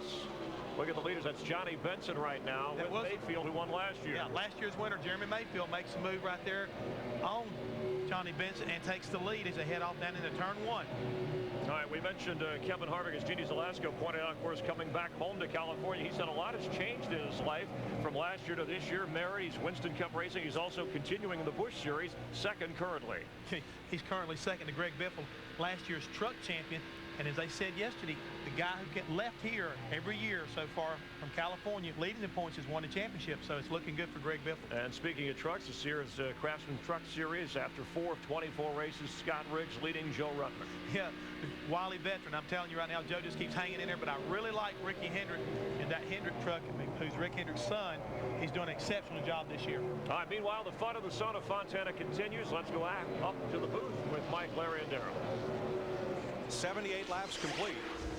156 of 500 miles they'll run today. And there's Jeff Gordon, who is back there in 3rd place after that 2-tire change. And the fastest car on the track right now, by the way. He's closing up on those front 2. He and Jimmy Spencer have been running better lap times than the 2 lead cars have, and it's starting to show as he closes up on the lead. And again, they're running 2 distinctively different lines. He's up high right around the top. These lead cars, Mayfield and Benson, are kind of running the low line. Let's see Matt, what's the 10 got going on, bud? Well, DW, for the first 47 laps, Johnny Benson was tight on exit. When they pitted on lap 47, they made an air pressure adjustment. And then on that last stop, they went from 8th to 2nd. They have 2 new tire changers they picked up this week from the 43 car. Right now, they feel like that the 12 car of Jeremy Mayfield was a little bit better. Benson told his spotter, Dale Cagle, to tell Mayfield's spotter that he will not challenge him. He'll just dive on by and duck in behind him because it's too early in the race to battle. Nobody told Jeff Gordon. Well, he's up there battling. They're running 2 different lines, and Benson pulls down and gives him the outside. He gives him that run off the corner that he needs to make the pass instead of sliding up in front of him and trying to block him. See, Gordo's car was real tight around the bottom. He kept trying to pass Todd Bodine underneath him. He couldn't never do it. Now he's got it up high and freed that thing up, and he's flying now. You want to talk about how mistakes on pit road can just take your day from the penthouse to the outhouse. Todd Bodine running in the top 5, stalled out on pit road, couldn't get it going. He's all the way back in 25th position, and he can't seem to go any further forward than that. And another guy, you talk about Dale Jarrett, sitting up there fighting for the lead of the race. Catch can get stuck in the car. He has to come back in. He's marred back in 33rd position. You can't make mistakes on pit road. It's just so difficult to pass. Well, tell that to Jeff Gordon, because here he comes again. Seems to be difficult to pass. Some guys seem to be able to do it better than others. He takes the inside on Mayfield, and he might bring Benson with him. And normally at this point in the show, you just don't really put up that big a fight. Again, I keep saying this, but the spotters and the crew chiefs are saying, hey, that 24 car's a little quicker. Fall in behind him, follow him, and see what he's doing that we're not doing so we can race him at the end. Boy, the this racetrack is wide. You can run side by side, 3 wide, 4 wide, nice and smooth, 3 grooves. Instead of holding people up, you know, when they are faster than you are, get in behind them and go to school on them. See what line they're running. See what they're doing that you can do that you haven't been doing, so you can be there for the finish. Benson had a look under Mayfield and now settles back in behind him in 3rd. Did I say settle? No, I don't think so. I better not. Seems to be a little bit better than Jeremy right now. Guys, one of our fastest cars, though, is Kevin Harvick in that 29 car. He's starting to run that high line. He's all over the back of Jimmy Spencer right now in the 26 car. Yeah, Spencer pulled past him and got away from him for a little while, but Harvick's closing right back up on the back of Spencer and might be able to make the pass. Now's when the guy with the low gear is going to really start to shine, because he can get a jump up off of that second turn. That's tight off of there, and you don't run the back straightaway as fast, so you need low gears to get up the back. And when a car is tight, a lower gear, it will actually help the tightness. It will help the car to turn. You're putting more power to the rear wheels. It's a combination of, the cars have to be tight. You can't run them loose. You can't put 800 horsepower down to the racetrack if your car's loose. So you got to make a combination of changes to make it where you'll accelerate straight up off the corner. These fans are loving this battle with Jimmy Spencer and Kevin Harvick right now. Well, the other local fans here, Harvick fans. Let me show you what tight is. Car goes down in the corner. He's trying to turn. See how high up in the racetrack you'll get? You get way up there. And that's when your car is tight. And then, of course, it'll exit real high off the corner. Because see how far your hands are over here? That's about the, 11 o'clock position. That's showing the car way, way tight.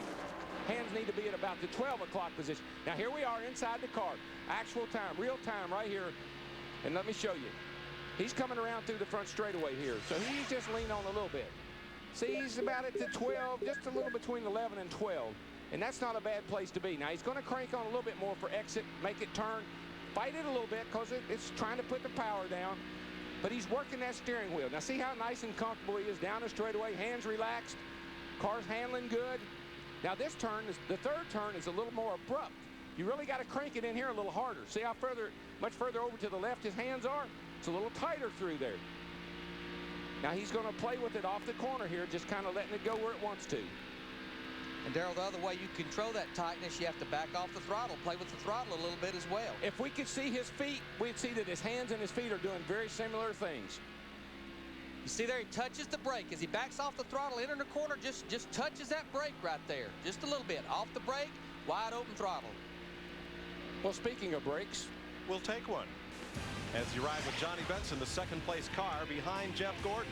With Mayfield, Spencer, and Harvick, the top 5 in the NAPA Auto Parts 500 on Fox.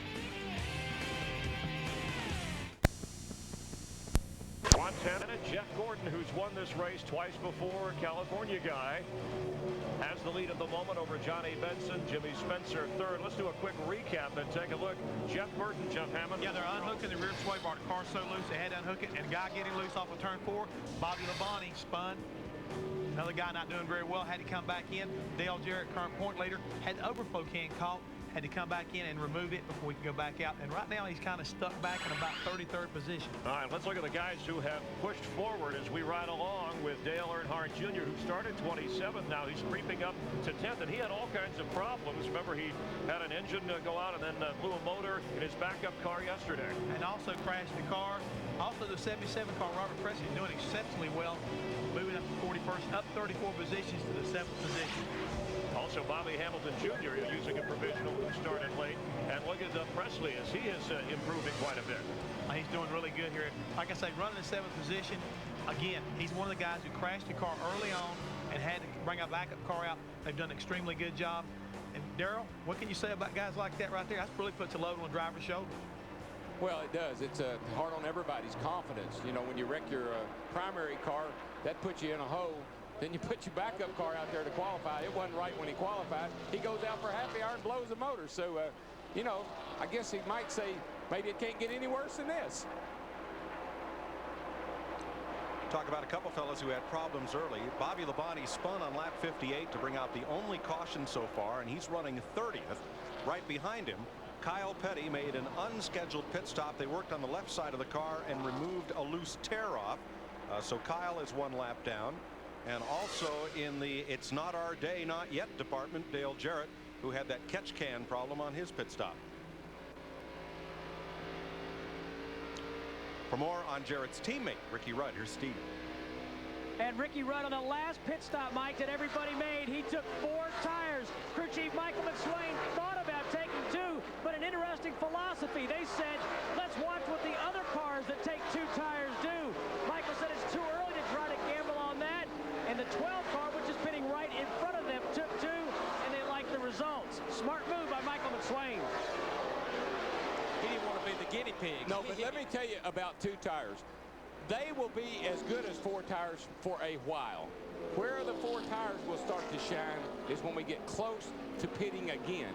And those cars with 4 tires are going to have somewhat of an advantage over those that only took 2. Looking right behind Ricky Rudd, Kurt Busch. You're going to see a lot of maturity from a young driver right here today, because he started this race 1 lap down at the green flag because of a miscue on pit road when he came in to change left side tires. They added fuel. That's against the rules before the race starts. So he's a lap down. But this is a young fella who 4 years ago was stocking supermarket shelves. And it proves you got to have a dream, you got to have a passion, and you got to go after it.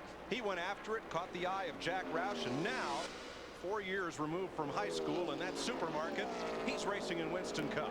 Well, I tell kids all the time, have a passion, care about something, whatever it is, and then pursue it with all your heart. Jeff Gordon.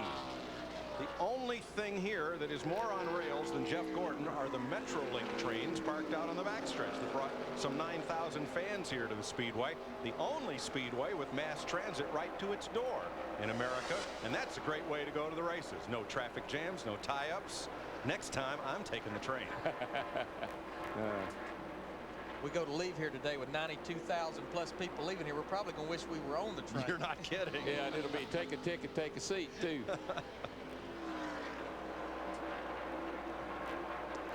Now, we talked about Robert Presley and Dale Earnhardt Jr., who started in provisionals. Both are in backup cars. But track position, their crews rolled the dice on that last caution and changed 2 tires on these guys. And we're only about 15 laps away from the next pit stop. So these guys made up that ground by pit strategy.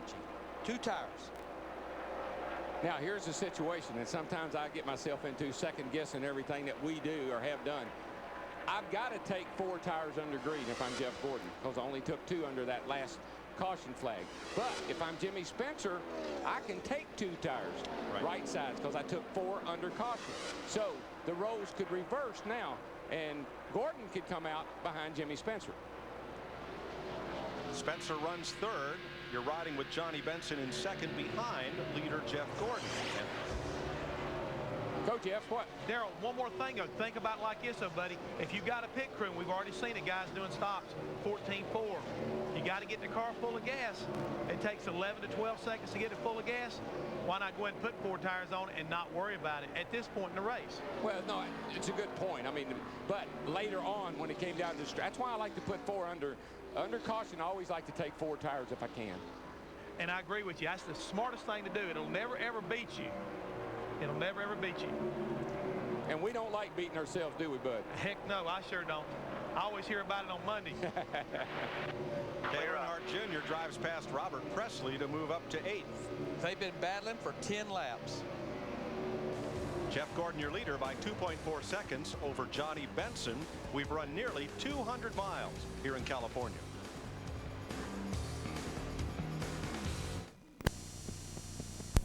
Montana, and on the Fox family of networks, as Jeff Gordon has the lead. He's won here twice. Don't forget, Totally NASCAR on Fox Sports Net tonight at 9 and every Sunday at 9 o'clock. Jeff Gordon has led 29 laps now.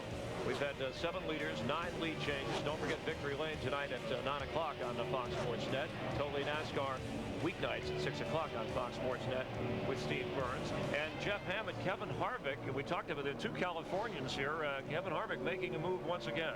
Yeah, Yeah, he's California dreaming, I think, right now. He's dreaming of getting to victory lane. Car looks extremely good. He's got a nice rhythm going. We're not even halfway, and I see a lot of these teams, they're already kind of getting an idea of what kind of strategies they want to get into, working on their cars, getting them balanced out. Racetracks coming in. We're getting 2 grooves. I mean, we got a really exciting race getting ready to develop. Let's go down to Jeannie Zalasko for more on Kevin Harvick. Jeannie? Well, Chris, Jeff hit on it exactly. The 29 car of Kevin Harvick. They feel like they have it balanced now because they took that rubber out of the right rear, that last pit stop, and now he says the car is great. It was really loose, and he has no complaints.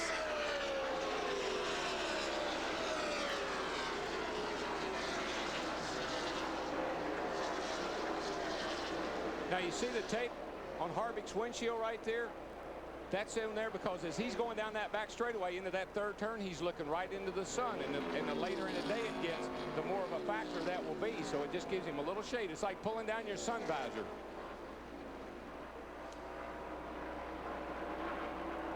So it's a little built-in sun visor that you put on there before the race starts. Harvick looking over Johnny Benson for 3rd place here. A lot of drivers with a lot of experience will figure that out, you know, after the race is over with. And these guys sit pretty low in a race car, don't even use that part of the windshield to look out. Michael Waltrip coming to pit road after only 44 laps on the racetrack. This could be, it's a little early, but not much. This could be within the window, I think. Mike Wallace also coming in.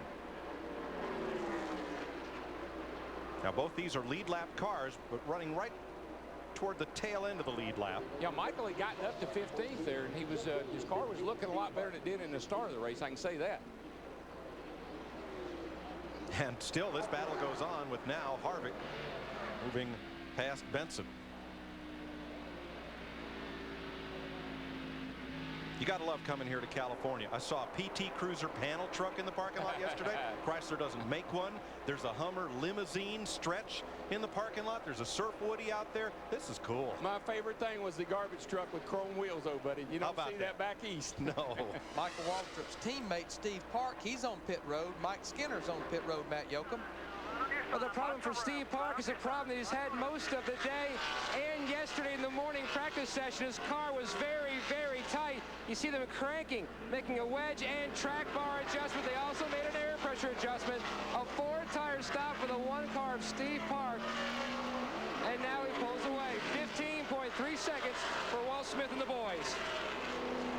To Dick. And Mike Skinner just pulls away. They put a little bit more wedge in that car. He's been loose all day, and they're trying to tighten it up for him.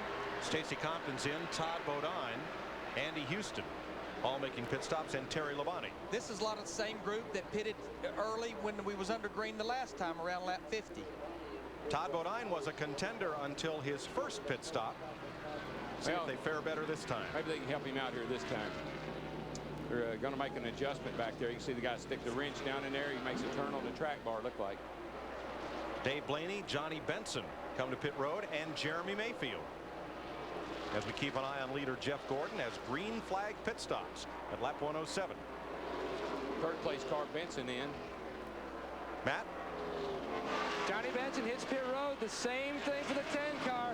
He was a little bit tight. That's all he could muster, he said. So that's why he just ducked in and started riding. They come around to work on the left side. Remember, we told you 2 new tire changes. A lot of changes on this over-the-wall crowd for this James Ince-led team. And he's down and away. Jeff Burton, Jeff Gordon both in. Jimmy Spencer. Mayfield completing his stop. Here's Steve.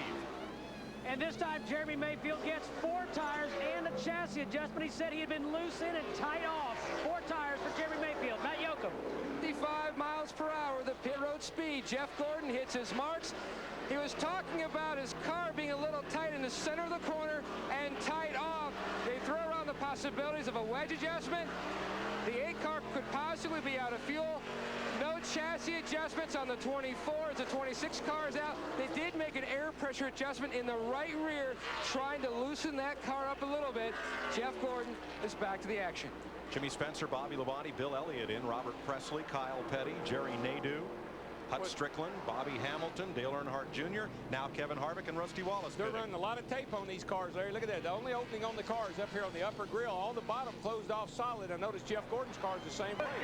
Surprise racetrack. There you see him trying to push him and get him started. He was out of fuel. Looked like they was going to shoot a little ether down in the cow. And that cost about 6 extra seconds for Dale Earnhardt Jr. Jeannie? Well, the 29 car, Kevin Harvick, was waiting for the 24 car to make the move and to get one more lap in. And this time out, Kevin Harvick will take 4 tires and not the 2. Get a lot of fuel and also got to clean out that windshield. Also, an air pressure adjustment is what they have made to that right rear tire, although he says the car is running great. Sterling Marlin, Matt Kenseth, Ricky Rudd on pit road, Tony Stewart as well, and Harvick's having trouble. Can't get him going. He wasn't out of fuel. He just stalled it as he dropped the clutch to leave the pits. Ward Burton is in. And how would you like to have just done a 14-second stop and then have to push the car? And look, he's in the way of the 28 car, Ricky Rudd. The car's still not running. Now, Rudd will pull straight ahead to get out of his stall if they don't move Harvick. They got to move him back because you can't push him over that line just in front of him right here. You can't push past that line. So Rudd pulls away safely. And these guys are having to do this with all these cars making green flag stops. There you see John Andretti. This is Kevin Harvick's wife. Boy, we've seen a lot of problems in the pits today. Jeannie? Guys, we see the look on Kevin Harvick's wife and everybody in the pit crew because the starter is not working. That is what they're saying on the radio right now as they push the car back here and try to figure out what went wrong. But you can read it all over his wife's face. Now they're going to have to try to bump start him when he pops the clutch and gets it rolling. Wow. John Andretti had to go all the way down through the pits to get out of pit road. This is all happening under green flag. There was a race onto pit road. Watch Tony Stewart and Kurt Busch trying to get slowed down to pit road speed here. Whoa.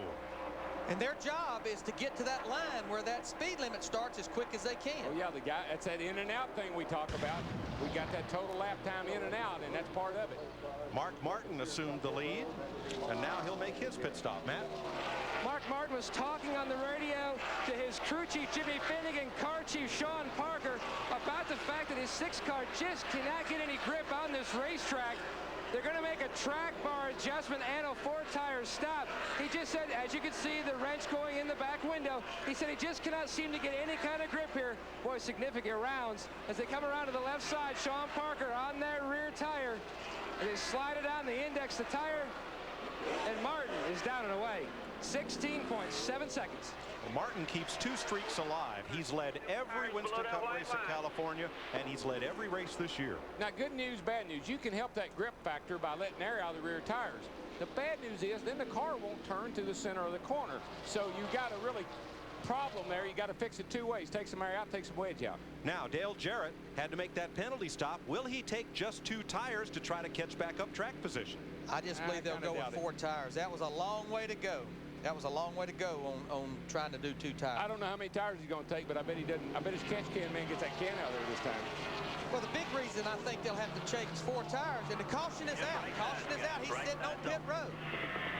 So it's right sides only for Jarrett. Go. They send him away to try to keep him on the lead lap as caution is out. I think he's okay because he only took 2 tires. He was the leader, so he had a lot of track to give up.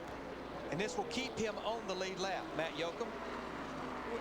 They were going to make a 4-tire stop, Larry, but when the caution came out, Todd Parrott wisely, when they finished service on the right side, said go, go, go, go, go. Shocked a few people, including Steve Allen, the gas man, until they too realized that we're under caution. Debris in turns 3 and 4 has put us under caution for the 2nd time. But what I liked and what I love to hear, did you hear Todd Parrott? He didn't get excited. He didn't scream at the guys. 2 tires, guys. 2 tires. 2 tires. And they put him on and he left. That's the reason they won races before you left lap. Before you pitted. And that is 5. So he led a lap, which he needed to do. He got 2 tires. He'll come back in more than likely, get left sides now because here you want the rubber in the right front? I got one made up for it. But only taking those 2 tires, he is now up to 14th place. Well, see, I think that was his theory about, you know, we talk about him riding back there. He said, I'm going to let my pit crew that got me behind catch me back up. Now, I believe that Dale Jarrett, that car has gotten loose on him because Todd Parrott asked him about a rubber in the right front. That increases that spring rate up there, will tighten the car up. But what I don't like about a rubber in the right front here, it gains too much spring rate off the corner and will make the car push. Yeah, I wouldn't do that. 228 of 500 miles are complete here at the California Speedway. You're watching the Napa Auto Parts 500 on Fox. For the event, as these fans look on, they have seen Jeff lead for 38 laps. We'll be back from Fontana in a moment. Don't go away.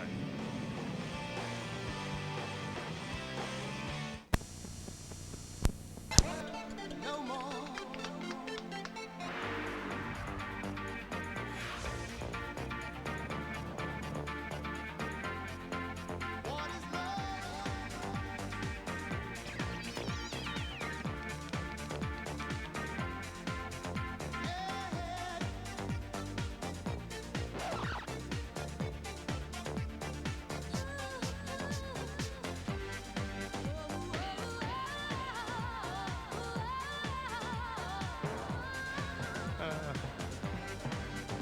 Oh, I didn't realize we're on. All right.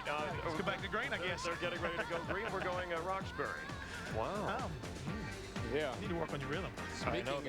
Speaking of green. Who says this is the land of fruits and nuts? It's a very, and flakes. There's a few flakes. The last time I saw Jeff do that, he's telling me, "Don't worry, we'll fix it." It's a very agricultural community out here. Up there, It's like a bowl of cereal up there. Fruits, nuts, flakes. Yeah. Jeff Hammond, you notice I'm not saying a word. That's right, Larry. Larry, you know what? Reynolds. He's been Heffa Jeff. Couple of slow leaks down there. I think you've heard enough from us for a minute. Why don't we just crank it up on this restart? Let you enjoy all that pure American horsepower.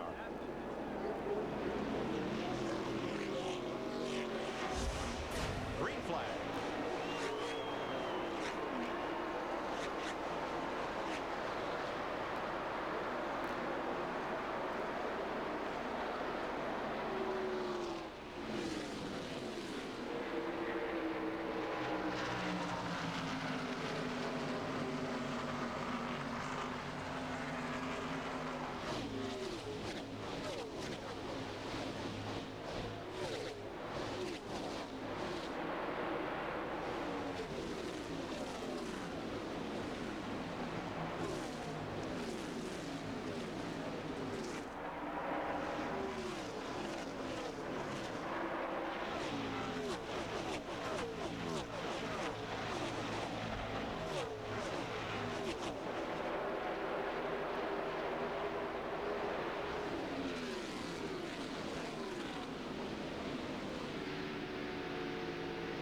You like in-car cameras? We've got your in-car cameras.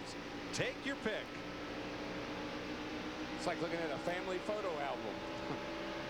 Hollywood Squares. The Brady family? A little dysfunctional, I might add.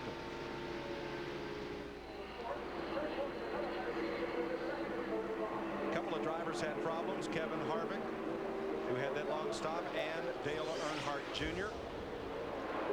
trying to hang on the lead lap. Dick Berggren. Well, Jimmy Spencer ran out of fuel as well, but fortunately the engine refired. He got it back into the pits. They only got 48 laps out of the last tank of gas. That's not enough. They are concerned about fuel mileage. Tony Stewart's crew right now is telling them to be very, very careful on the low air pressure. Don't lose it. He almost did last time out of the pit stops. To Steve Burns. Well, Dick, speaking of slow leaks, Jeremy Mayfield said he thought he had one during those caution laps. He pulled up next to his teammate, Rusty Wallace, asked Rusty to do a visual ID. Rusty said the tire's fine, but Jeremy Mayfield is saying he is definitely better on 2 tires than 4. Jeannie? Well, guys, as it turns out, Kevin Harvick was indeed also coming out of gas as he was coming down pit road. Their calculations said he could go 4 more laps. Now, Harvick is asked, were we off because we picked up speed? Crew chief Kevin Hamlin said, no, we thought we could get 53 laps out of a tank of gas, and it's not going to be that way this afternoon. Matt? Under that caution, Dale Jarrett made another visit to pit road. They completed the service. Their planned 4-tire stop, which then became a 2-tire stop when the yellow dropped. Steve Allen, the gas man, was only able on that first stop to get 1 round in on the chassis. When it came back down, he put the other round in. His car was very, very loose. Now Dale Jarrett has still been running in the 21st position. No word yet on how his car is now. I believe his car is better. He was just sitting back there riding before that caution came out, and now he's up on the wheel again. Looks like he's trying to get past a few cars here. You know, guys, with the caution coming out on lap 114, back raced at 118, I believe everybody that we've seen all day, they should be able to do it on 2 more stops. All he would have to do is run about 45 laps a stop. Second place battle, Ricky Rudd trying to take it from Jeff Gordon and Rusty Wallace and Johnny Benson in the mix. Boy, the 24 car, he drove it down in the corner, Darrell. Yeah, he did, but, you know, he's running that real high line, and when these guys have got new tires on, they can get under you. He's going to have to wait for their tires to give up a little bit, then I think he'll be all right. Jeff Gordon I'm talking about.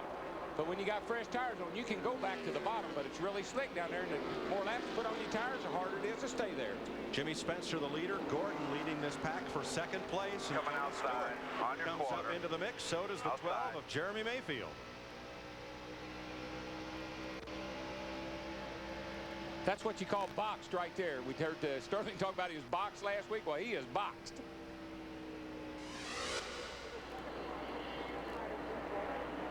Let's have a look at the interval on Fox tracks between Jimmy Spencer and right in the midst of that pack, 5th place Rusty Wallace.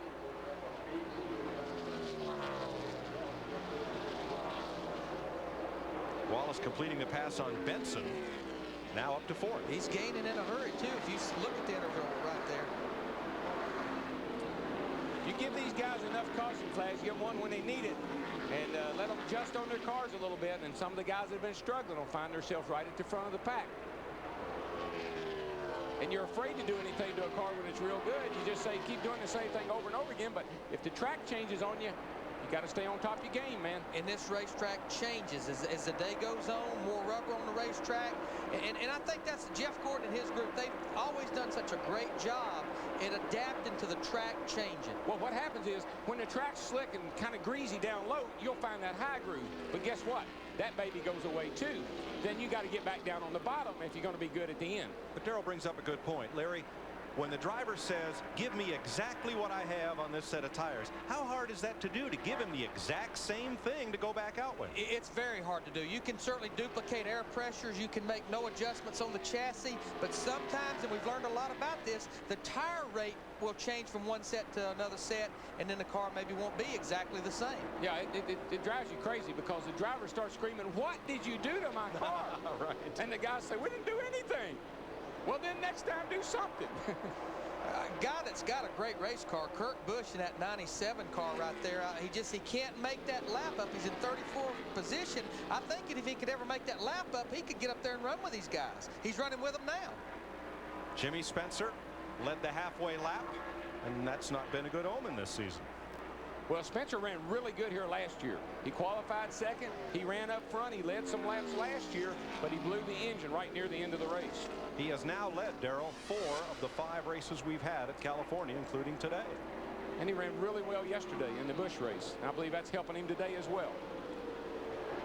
And folks, I guess if you can accept that no 2 snowflakes are alike, no 2 sets of tires are exactly alike. And that's what they're wrestling with here when a driver wants the same thing he had. I think it's the DNA is off on them. Just a bit. Too hard to clone them. That is Kenny Wallace. He's carrying the autism awareness ribbon on the side of his car. Thank you to Jack Birmingham and the Eel River Racing team for that. But Wallace says that this unsponsored car is burning up money at the rate of $200,000 a race and may have to skip Richmond if they don't land a sponsor. In 1998, I had my own team. It was costing me $450,000 to $600,000 a month that was coming out of my pocket to keep my car on the racetrack without a sponsor. This sport will bring you to your knees. You got to have you can make a small fortune in racing, but you better start with a big one. Second place battle. Rusty Wallace in the middle of it. Puts his Miller car underneath the Haviland 28 of Ricky Rudd and going after Jeff Gordon. Those 3 cars, they run, all 3 of them run different lines through turn 1 and 2 right then. You can go in at different places. You can run through the middle in different places. But guess what? Everybody wants to be in the same place when they exit the corner. And that's right out next to that wall because the momentum will carry you there. Watch how close they get to that outside retaining wall. Wham, wham, wham. See, they come way from the bottom all the way to the top. And you got the wheels cut to the left, you're wide open in the throttle, and you just hope when it gets up there that it does not hit it. Johnny Benson keeps grinding away on the bottom side, going after Ricky Rudd. This is for 4th place. And quite honestly, I like that. Keep working on the bottom, keep working on your car, because at the end of the day, that's where you got to be. And we haven't said near enough about Robert Presley. Nope. I mean, he has given that thing a whale of a ride. He's been in the top 10 the whole race. But you got to go back to the strategy those guys used after they had ran 10 laps, decided to change 2 tires, had a good race car, got that track position. Now they're proving they can stay up there. And that is a Penske engine as well as Jeremy Mayfield in the 12 car. And it is a backup car. He crashed his car in practice and he had to get the backup car out. So I've seen that many, many times. You get the old dog out, you know, the one that won't hunt, and it turns out to be a good old dog. Presley hoping for his first top 15 Winston Cup finish at the California Speedway.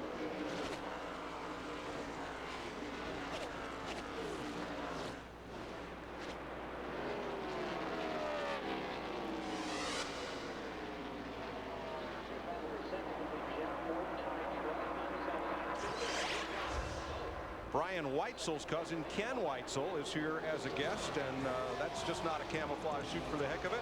He was one of the 3 pilots in the missing man formation of the flyover during the pre-race today. Another look at it. They're running almost as fast as Jimmy Spencer is here in California right now.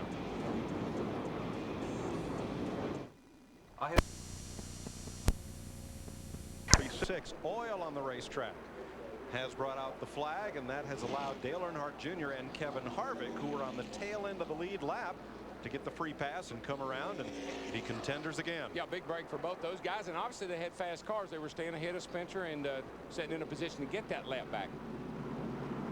So pit stops at lap 147, Dick.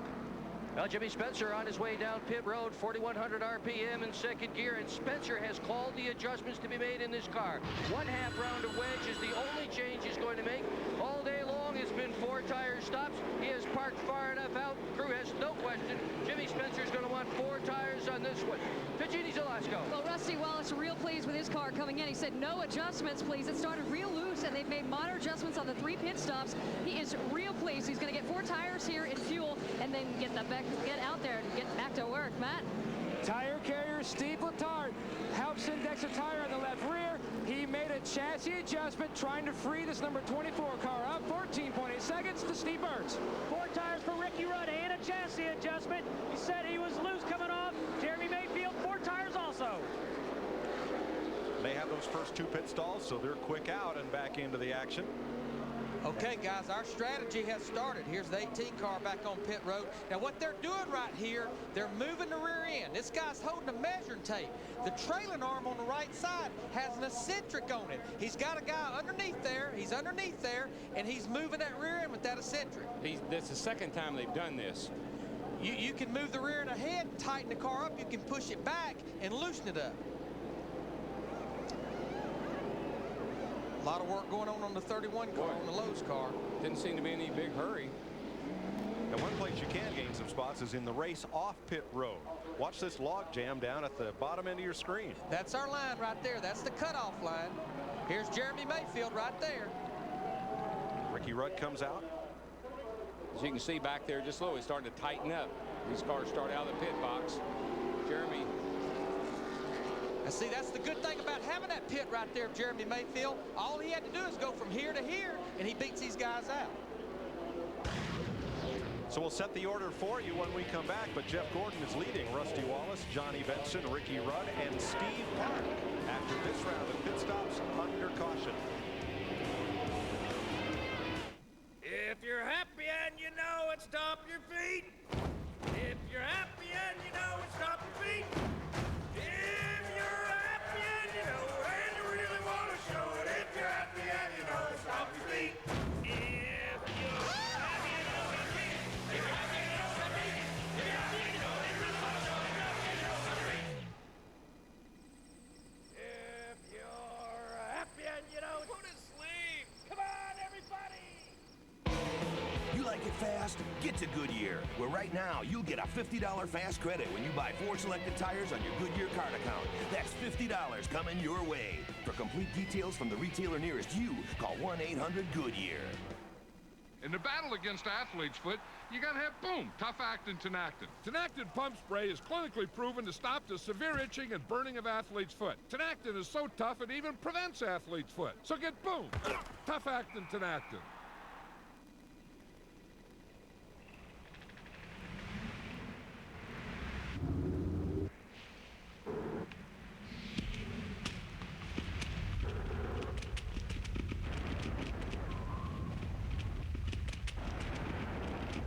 The new crop of vehicles from Dodge includes one really bad apple. Dodge, coming soon to a racetrack near you.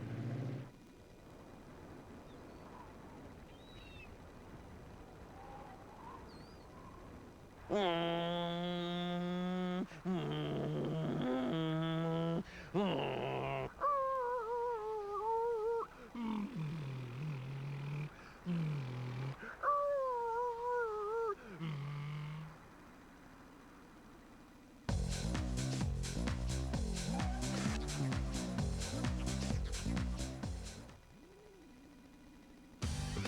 NAPA Auto Parts 500 on Fox is brought to you by UPS, the official delivery company of NASCAR. We want to race the truck. People love the truck. It was a great race. Lots of excitement. Beating and banging. Well, they snaked their way down that back straightaway. Everybody just looking for a little air to sniff. All my things. The low rider. The low rider.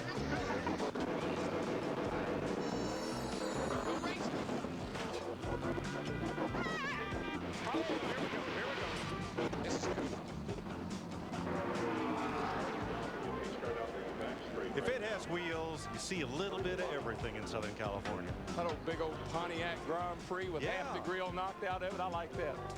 Lowriders and slammed imports and stretched Hummers. And can't believe some of the stuff they drive around here. And you know, it'll eventually get back east. May take about 10 years. Yeah.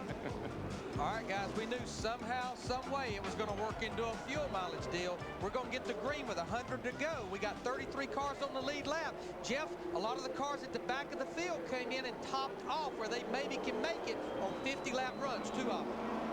As we saw yesterday, Larry, you got to do it, because if you don't, somebody's going to beat you on fuel. Now, these guys up the front, they're going to have to start thinking, can we go 50 laps? Can we go 50 laps? And please, guys, don't run me out of gas. Not this close to the end. Joe Nemechek led a few laps under that caution and peeled off on the last lap of yellow to get fuel and tires. So did Elliott Sadler. Jeff Gordon brings them back to green. He's got Rusty Wallace, Ricky Rudd, Steve Clark, and Tony Stewart in tow. So the thing about a 500-mile race, everybody can have a different strategy. The guys in the front, they got one strategy. You're in the middle and the back, you got another strategy. Jimmy Spencer was leading at the caution. He is now 6th. After pit stops, Robert Presley 7th, Johnny Benson, Jerry Nadeau, and Jeremy Mayfield for the lead. Rusty Wallace. Couldn't quite make that pass, but again, you're going to see Gordo hung up on the outside. You're going to get some cars under him. He's going to get past. But at the end of the run, he'll be right back on him. Kurt Busch in that 97 car still, after 150 laps, trying to get that lap back. He can stay up there for a little while, but he's being very, very courteous and letting the leaders go. And just remember, he was a lap down when the green flag started the race because he came on the pit road, had a left side tire problem, but they put fuel in the car. You cannot fuel a race car before the green flag of a race. And I'm sure that was just a mistake that the gas man probably wasn't even aware of. He instinctively shot some gas in it.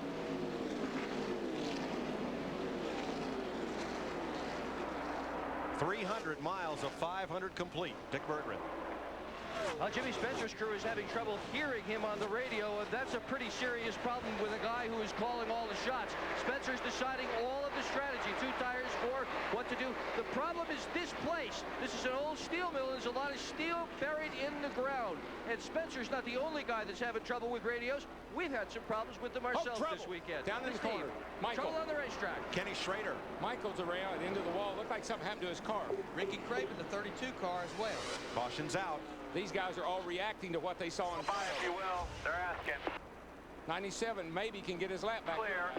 Here comes, trying. Yep, Kurt Busch is going to make it. Wallace is going to give him room, and Kurt Busch, who started this race coming outside, is back in contention. Thank you very much. Took him 150 laps, but he finally got his lap Let's give him a big hand because he has been up there trying.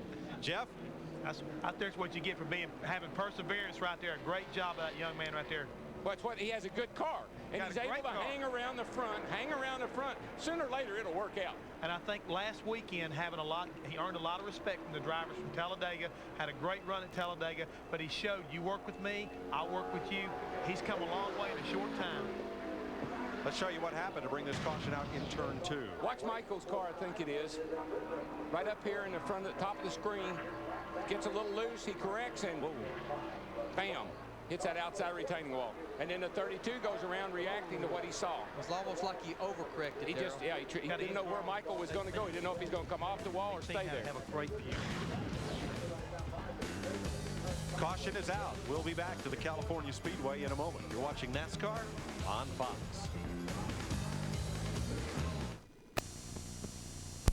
Rusty Wallace leading Jeff Gordon, Ricky Rudd running third. Tonight on Fox, it's a 90-minute Simpsons marathon at a special time. Then a mini-bike joyride turns ugly, and it has nothing to do with Dick Berggren. That's an all-new Malcolm.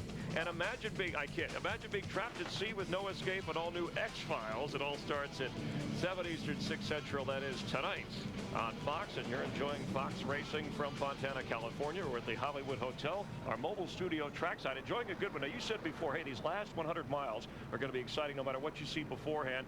Here's where not only the fuel mileage, which we've touched on, Jeff, but guys are going to really run, so we might see some engines go. Well, that's what I'm concerned about right now. Your situation is already set.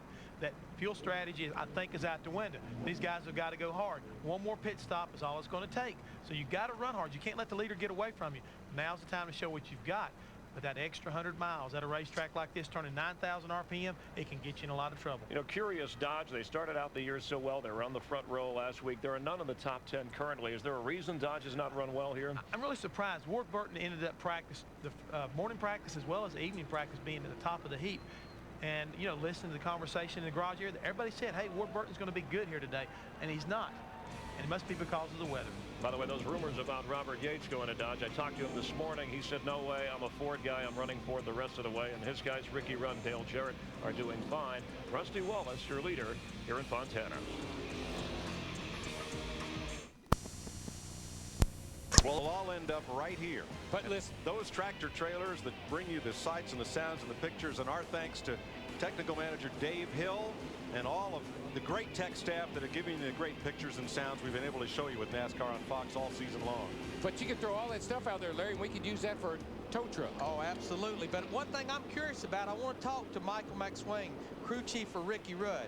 Michael McSwain, this is Larry McReynolds, Fox Sports. How you doing, Larry Mac? I got a question for you. Earlier in the race, you was one of the first cars to come to pit road.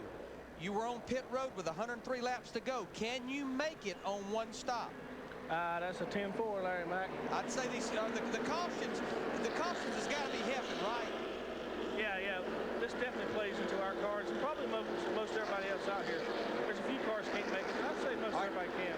Do you think you've got the car now where Ricky's pretty happy with it? We've got better every stop, and I think he really likes this last change. We'll see how it goes, and maybe we can make a little bit more change on the next stop. All right, you can go the distance. Good luck, buddy. All right, thank you, Mac. Rusty Wallace, our leader. For only the second race at California that he's been up front, he'll lead Jeff Gordon to the green flag. Dick Berggren.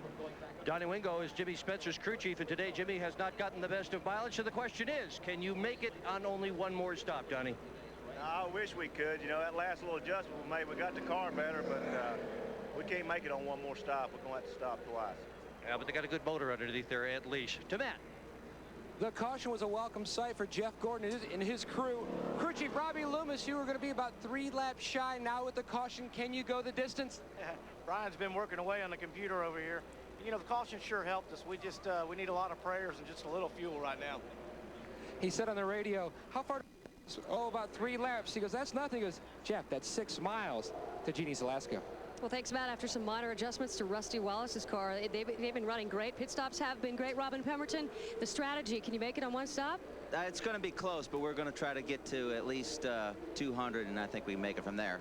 All right, we got to go because we're ready to go green. Wallace, Gordon, Rudd, Park, and Spencer are the front 5. Then it's Stewart, Benson, Presley, Mayfield, and Navy. 33 cars are on the lead lap as we go back to green. And we just talked to 3 of the best crew chiefs in the business down there on pit road right now. Fatback, Robin, those guys. Donnie Wingo is one of the most underrated crew chiefs, I believe, in the garage area. Absolutely, absolutely. Been around a long time. Got his start with Jimmy Means. Here we go.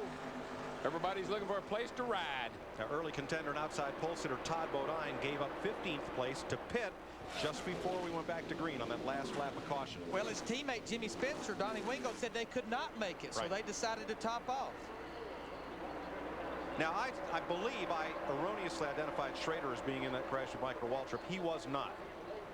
I think it was just the 15 and the 32. Right. And the 32 could have got turned. I mean, I know he saw the wreck and he tried to figure out what to do, and he probably lifted. He may have got hit in the rear. I don't know. But anyway, just spun. No harm, no foul. Ricky Craven stayed on the lead lap. And you know, it's been a while, guys, since we've seen Rusty Wallace at the front of the field like this. Last year we saw it a lot. This being his old boss and his boss's old racetrack, I'm sure that he'd like to win the one here today for the captain. Look at him coming down through here. He's holding a pretty wheel out front. Got all kind of clean air on the nose of that baby. She's turning good and running good. Only the 2nd race at California Speedway that he has led.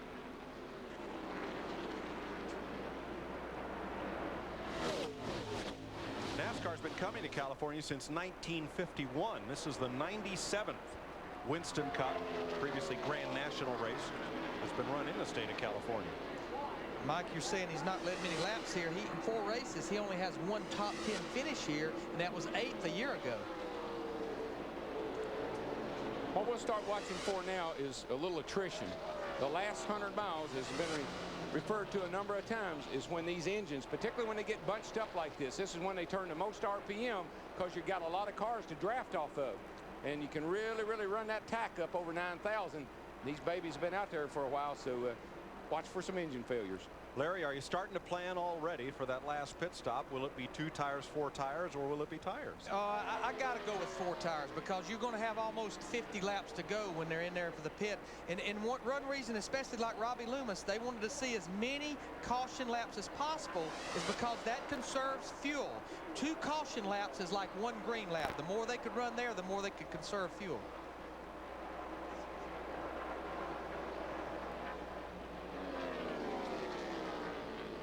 There are the speeds entering the corners, and you saw Jeff Gordon hit 202 miles per hour rolling off into turn 1.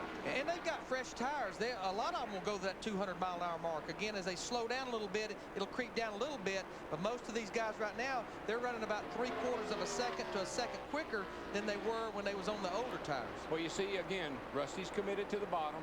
Jeff's down there right now because he realized on fresh tires he can run the bottom. But you wait till they get 15, 20 laps into this run, Jeff will go back to the high side and he'll go by Rusty.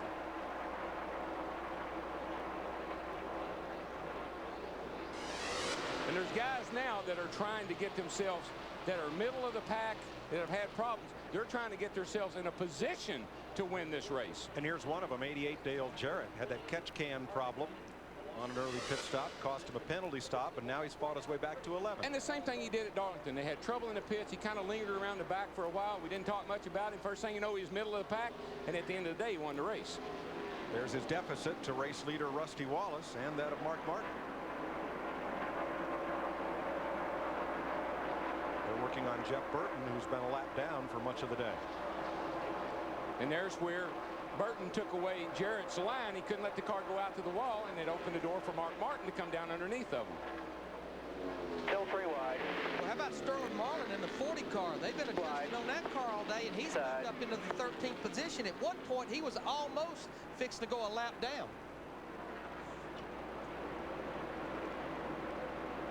Now here they go down the back, and you will see that the speeds are somewhat slower because, again, the back straightaway is just not as long as this front straightaway is. Marlin keeping pace right with them. Jeff Gordon's got this joint figured out, though, hasn't he? I mean, he has been the man out here every time we've been here. Circumstances probably kept him from winning all of them. Well, he has been the man every other time we've been here, and we're in an odd numbered year. In 97, 99, he won, so 01, I guess it's his turn again. But racing's never that simple. Thank goodness. I wish you could count on it like that.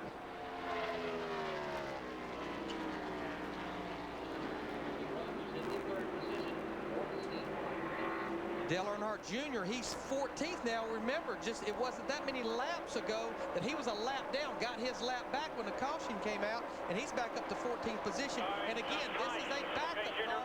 These guys had all kinds of trouble here yesterday morning in practice. He and Kevin Harvick got back on the lead lap. Harvick is running 21st.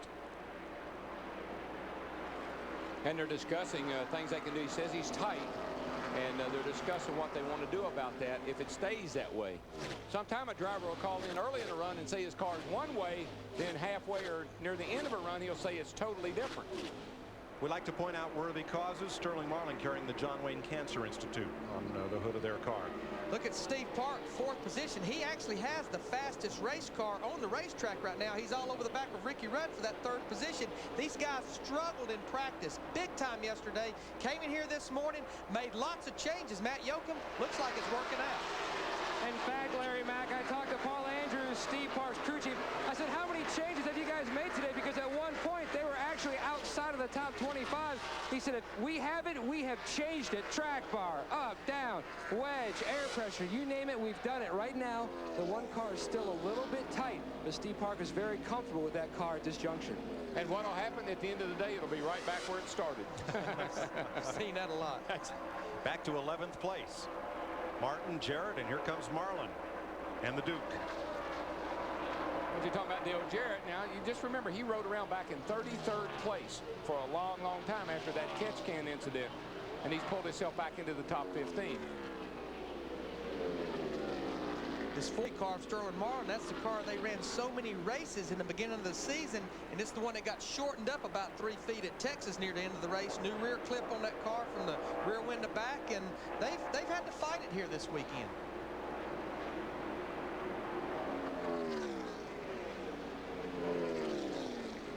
Hut Strickland battling Andy Houston. Strickland having a good day. 16th for Jimmy Dunleavy. That's one of the 90 cars. Best runs of the year. Well, Felipe Lopez has come over, and I tell you, Felipe's a mighty sharp crew chief. I enjoyed working with him, and I think he's helped this team a lot. Jeff Burton in that 99 car. Boy, one lap down here puts you way back. He's in 36th position. Frankie Stoddard, these guys as crew chief, they came out here and tested. Felt good about their tests. Felt like they learned a lot about this tire in general, and been struggling all day. Jeff Gordon to 2nd place.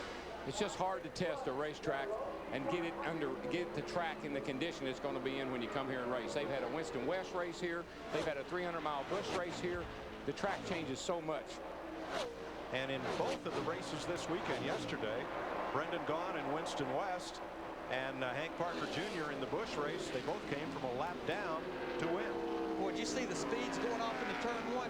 Ricky Rudd, Jeff Gordon, both over 200 miles an hour off into turn 1. And only to about the mid-150s in the middle of the corner, off the gas.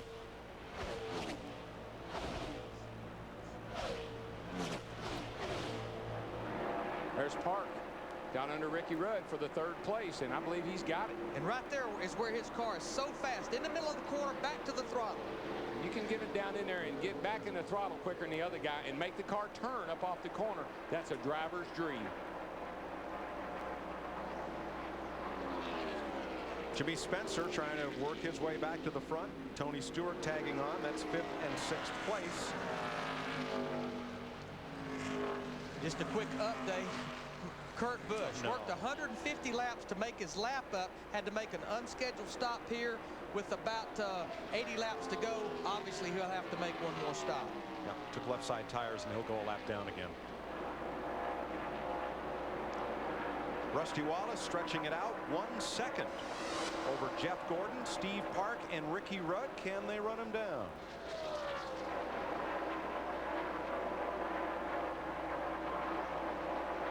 Spencer and Stewart behind them. Robert Presley, Jeremy Mayfield, Johnny Benson, Ward Burton, Mark Martin, and Dale Earnhardt Jr. has moved past Jarrett. These guys are 8 seconds behind the leader, but he's definitely carrying a pretty good pace. There's Kurt Busch in that 97 car that just pitted. We heard Todd Parrott say, do you want to put that rubber in the right front, Larry? And he said, I don't think they ever did it. And I believe Jarrett's car must get loose on the longer he runs, because he starts fading. Now you can move that thing up a little higher like he's doing, and that'll help that situation a little bit. We're hearing that Kurt Busch had a flat tire is the reason he had to pit under green here. Now Gordon, Park, and Rudd are not eating into Wallace's lead. It's up to 1.4 seconds as these 3 cars battle. Keep seeing Jeff Gordon in that 24 car run that high line. Remember, Robbie Loomis, his crew chief, said they're going to be close on fuel. Darrell, you mentioned it. He's running that long distance and using more fuel. He's going a quarter mile further than everybody else. Probably not that much, but maybe an 1/8 mile further than everybody else. Mike, down here in the 1 car, Peter Steve Parks, they have worked the fuel mileage calculations. They feel like now they are good for one more stop, then the finish. They were a little concerned before the day started. They couldn't get a good fuel mileage calculation during the final practice session because they had to make so many changes. And speaking of worthy causes, this team, being that it's Steve Park's 100 start and the final race weekend in April, are wearing the autism awareness ribbons on this car. There are 2 decals. This is a disease that hits home with this team. 3 members have family members that have been stricken with this disease, so they thought it was a great way to celebrate the 100 start by trying to gain more awareness for autism research. Steve Park going after Ricky Rudd, and good news that Michael Waltrip, taken to the infield care center for observation, has been released. Michael's okay. 175 laps. 350 of 500 miles complete here in Fontana, California, in the 10th Winston Cup race of the season. Rusty Wallace leading it by 1.6 seconds. This is NASCAR on Fox. And Fox is glad to have you along for the ride here in Fontana. Rusty Wallace, who has not won yet this year, leading Jeff Gordon. Let's look through 178 laps. We've had 13 leaders, 19 lead changes. And the average speed is about 15 miles faster than was the track record here so far. We still have some race to go, Jeff Hammond. And one of the surprises in the top 10, the car running 8th currently. Correct.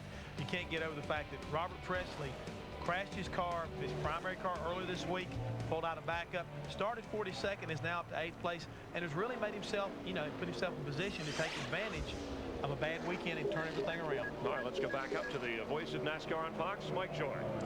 Well, stunt doubles do a lot of work out here in Hollywood, and Robert Presley's stunt double car and that of Dale Earnhardt Jr. both working real well. Earnhardt Jr. has really climbed up since that last restart. Now in 11th place. Yeah, it's a good run for Junior, and he continues to move forward. He's got a good race car. We saw that on that restart when he got out front of the leaders to get that lap back, and the car's still working really good for him. Along with his teammate, Steve Park, his car's working really well, too. Guys, we talk about chasing the racetrack. We've been watching this weather since we started this race. Air temperature is getting hotter, 88 degrees now versus 82 degrees. But here's the one these guys will start fighting as far as the handling on this racetrack. Up 22 degrees from when this race started some 2.5 hours ago. Cars will really start sliding around more and more. The good news is they've had a few cautions. That allows you to adjust the car to the conditions. And that's really all you're trying to do if you have a good race car, is keep up with just what we're showing you. Track temperature, track changes, things that you can do something about. Some things you can't fix, but some things you've got to be on top of as a crew chief. How about it, Dick? Well, you know, you talk about chasing the racetrack. Yesterday morning we had a practice session. It was overcast, it was dreary, it was chilly in the afternoon. They had a second practice session. It was a lot like this. Rusty Wallace guys found that their car ran about the same in both of those sessions. The hot setup in the morning was the hot setup in the afternoon. Remarkably, the weather didn't seem to bother them at all here, but it sure has some of the other teams. And you see him padding his lead to 2.1 seconds. It just always seemed like if I had a good race car, it was hard to mess it up. Now, if I had a marginal race car, it'd liable to go either way. You never knew. It'll run slower in the hotter temperatures, but the balance of the car would be the same. The balance, that's the whole thing, the attitude of the car. There's the second place battle. Ricky Rudd running 2 miles, Jeff Gordon running 2.25 miles each lap. Ricky Craven has made an unscheduled pit stop and will make another car that's fallen off the lead lap is Dave Blaney has gone a lap down, leaving us 31 cars on the lead lap.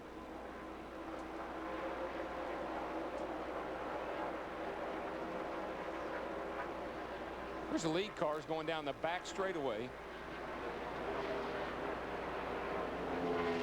That's about a mile an hour slower than they were when they had fresh tires on. Maybe a tick more, but about a mile an hour slower when they had the fresher tires. But Rusty Wallace was one of the few cars, the only car I saw to hit that 190 going down into the backstretch. He hadn't slowed that much. About 10 miles an hour difference on entrance speed from turn 3. He's still 198. Oh, 201. My goodness. Jeff Gordon 200 miles an hour as well. So they're getting down in I believe the intensity is picking up. As we close into the finishing laps of this race, everybody gets a little extra out of their car. 132 miles to go. As well as out of their tank, I might add. Yes. A little bit of paper on the grill of Tony Stewart on the one opening there.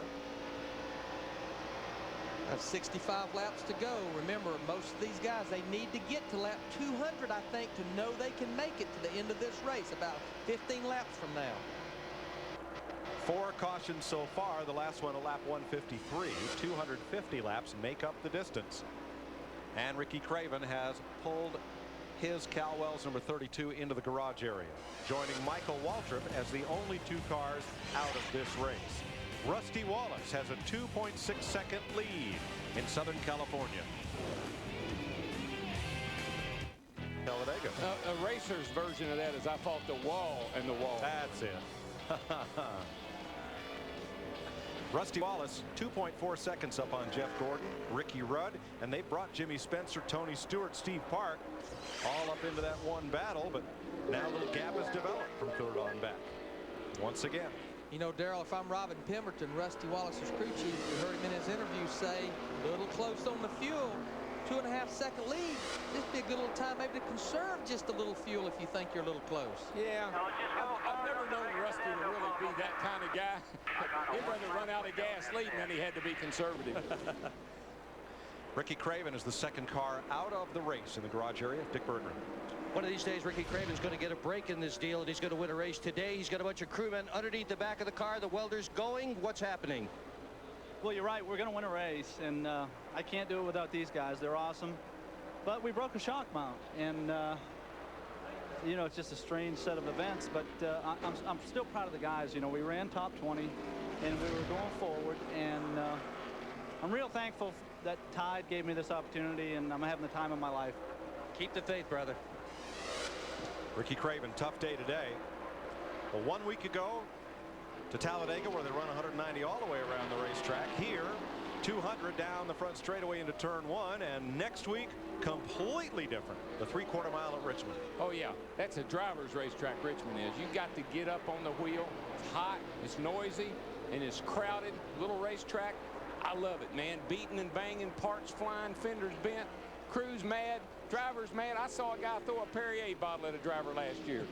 It's not one of those racetracks you need to leave your feelings I even saw one driver accost another driver. That's how this sport has changed. I got accused of accosting someone one time. Said I couldn't. I don't know what it is. I know. That's what I'm trying to tell you. 11th place race.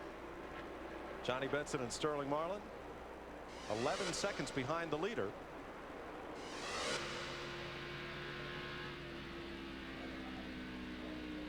Johnny Benson to the high side, Sterling Marlin all the way about 4 car lengths lower around the bottom. And buddy, if Johnny Benson wasn't there, Sterling can make the pass, but he's got to give Benson the room, and it loses his momentum as he comes up off the corner. And the Duke was looking on. Podna.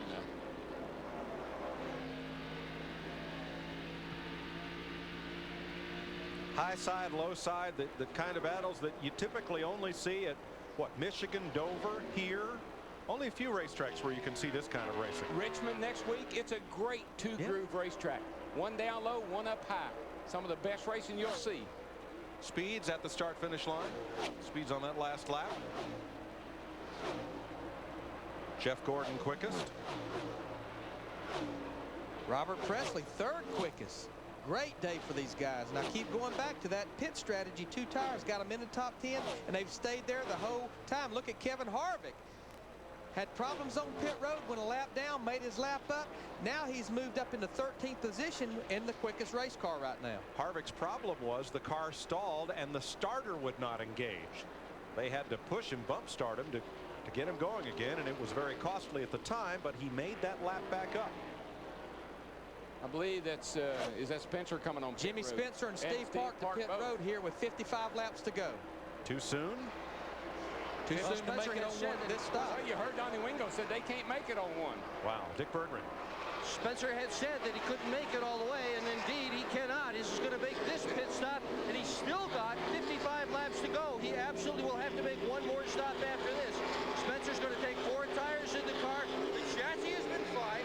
Motor has been fine. Fuel mileage is the problem. He's got one of these high horsepower engines under the hood, and to have horsepower, it eats gas. That's it. Gone to Matt.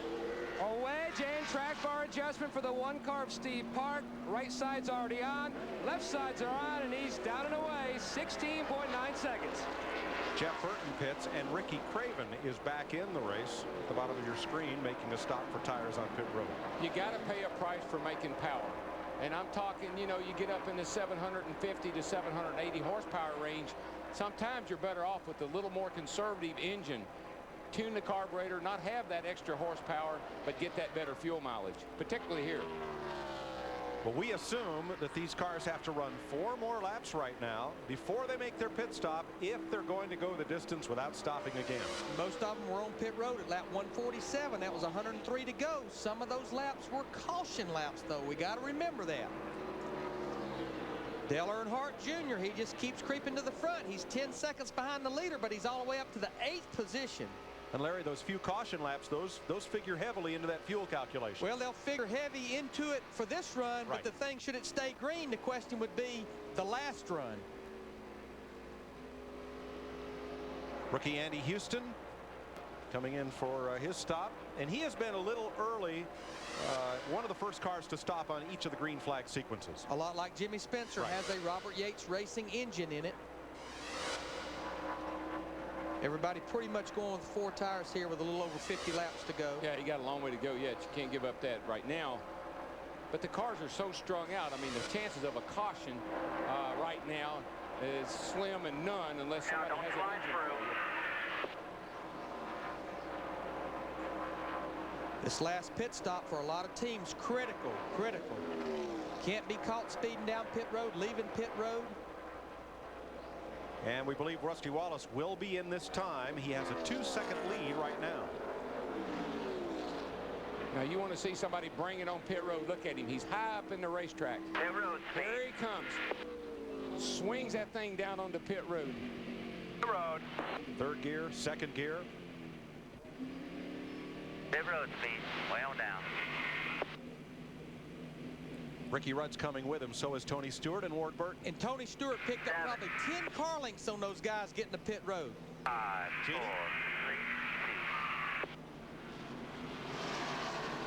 2. Guys, crew chief Robin Pemberton with a lot of respect for his veteran driver, Rusty Wallace. He asked Rusty what adjustments he wanted. The group decision, add a pound to the right rear, take a pound out of the right front. He will take 4 tires. They're loading up on fuel. Another great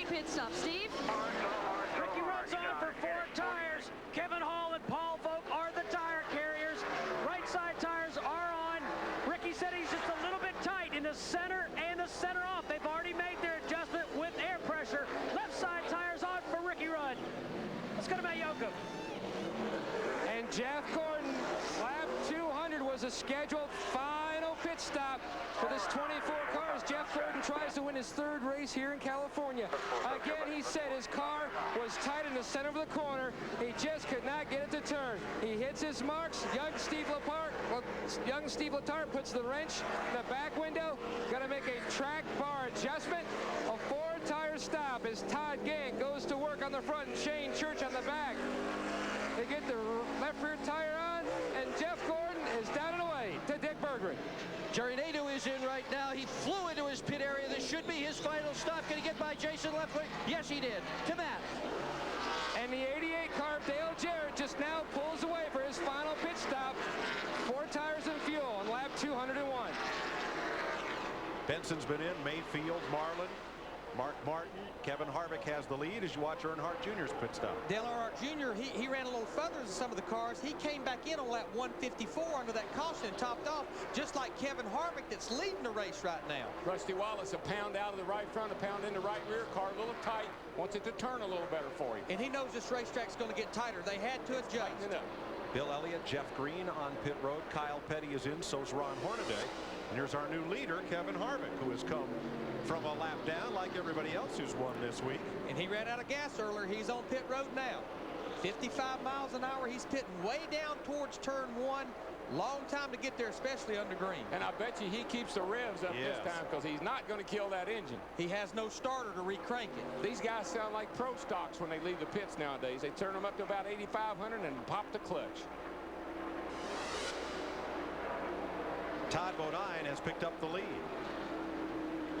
as you watch Harvick stop on the left side of your screen. Now Todd Bodine was in on lap 157 and topped off. That's the reason he's able to run this much further on fuel. Yeah, he came back down pit road. He was at the rear of the field on the lead lap, came down pit road, got him a couple extra laps out of that thing. He's on pit road now, coming to pit road. This will give Hut Strickland the lead. Mike Skinner, Matt Kenseth, Kenny Schrader also pitting, and now Hut Strickland. Matt? And the 66 of Todd Bodine coming down pit road for his final stop this afternoon. Final scheduled stop. Larry Carter and the guys calling him into his pit box as they go to work over on the right side of the car. They're talking about any chassis adjustments. No chassis adjustments on the 66. This will be a 4-tire stop as a tire is starting to roll across pit road on the 66. They're motioning. A tire is rolling across pit road. They are stopping him. Todd Bodine is stopped on pit road. A loose tire. Tough break for the 66 car, Todd Bodine. Now he's stalled the car. They're trying to push it back. Oh, boy. Frustration down here in the 66 pit. Here's the thing. Remember at Vegas in the Busch race, he had a problem, and he started to leave, and he stopped, and they worked on the car out of the pit box. You can't work on the car out of the pit box. Getting a timed penalty. NASCAR official right there holding him for 15 seconds. And they're going to have to push it now when he's done. There they go pushing it. Had to feel like 15 minutes. Boy, pit road has killed Todd Bodine in the 66 today. Stacy Compton and Kenny Wallace making their stops as we cycle through this round of green flag pit stops that will put Rusty Wallace back in the lead now by 4 seconds over Tony Stewart and Jeff Gordon.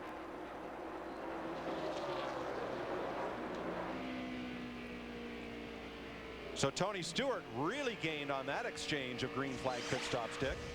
Yeah, Tony did his part, Mike. When he came in off the racetrack, he just absolutely lit the tires up, jamming on the brakes to make sure he didn't beat the speed limit, but to get as much speed out of the car as he possibly could. Then when he got down here at his pits, the crew did their part. 14.82 for fuel and 4 tires, and Stewart's back out on the racetrack. He has got a car good enough to win this afternoon's race. I was watching them on that stop, and they were high-fiving each other all over the place. There's the reason. It's a team effort. Tony Stewart did his job. The pit crew did their job. Look at the difference between these two, between him and Rudd. That's 7 seconds. Oh, that's a big difference. Now that's the total number of seconds from when they cross the start-finish line on their in lap, what we call the in lap, the lap on which they come into the pits, and their out lap, the lap they come out of the pits. Jerry Nadeau, 25 car, spinning on the backstretch. Caution is out. And I believe everyone has made their pit stops under green. And I hate it. There goes your strategy, Larry. Mike Skinner going to try to make his lap up in that 31 car. Of course, Rusty Wallace, the 2 car, he is the leader right now.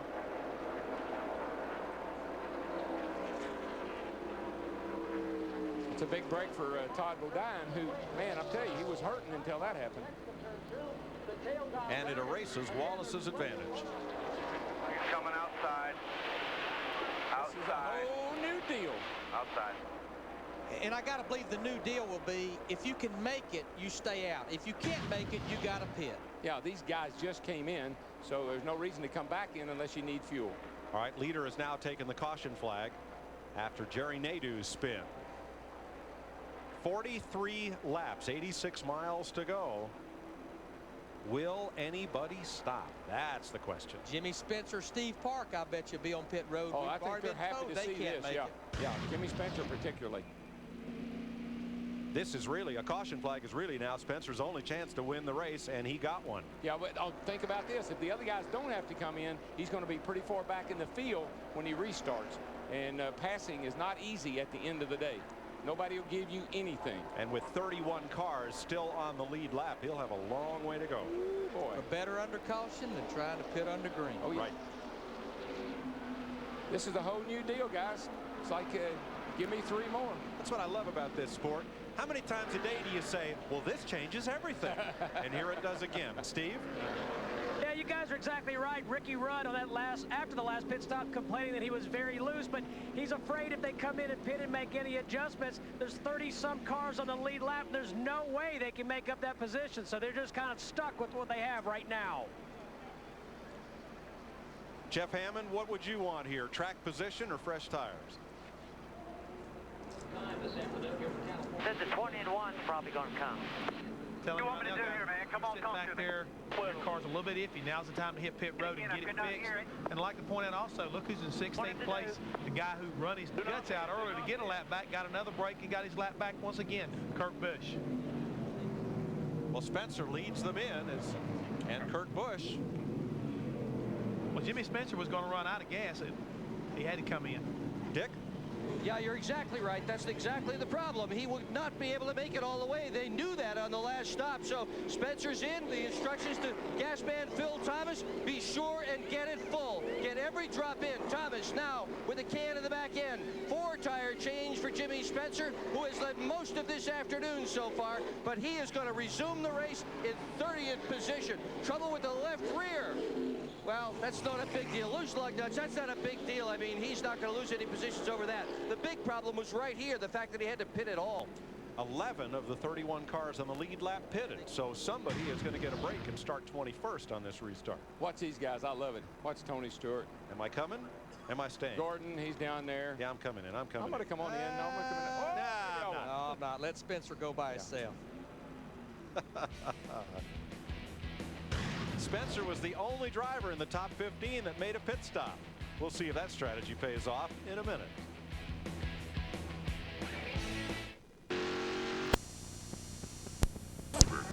Cheddar makes it better. I'm getting bugged driving up and down the same old strip. I gotta find a new place where the kids are hip.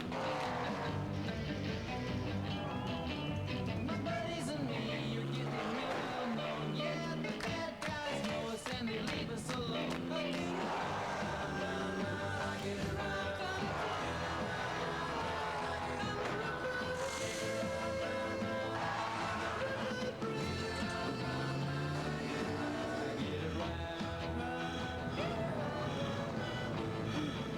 Who can get around these last 41 laps the fastest at the California Speedway? Welcome back. Fox's live coverage of the NAPA Auto Parts 500.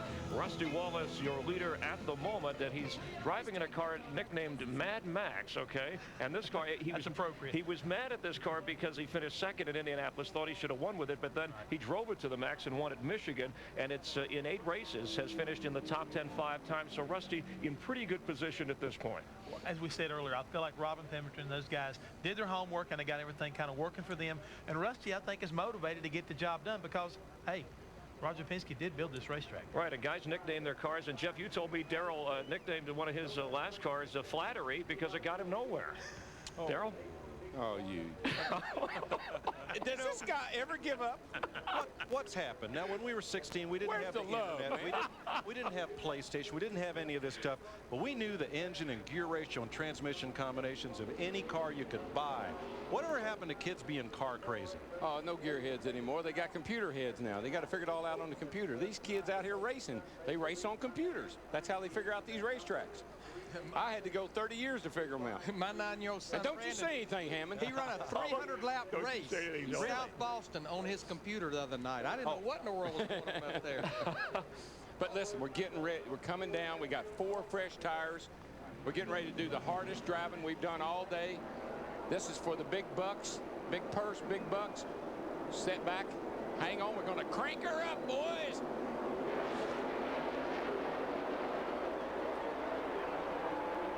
Green flag.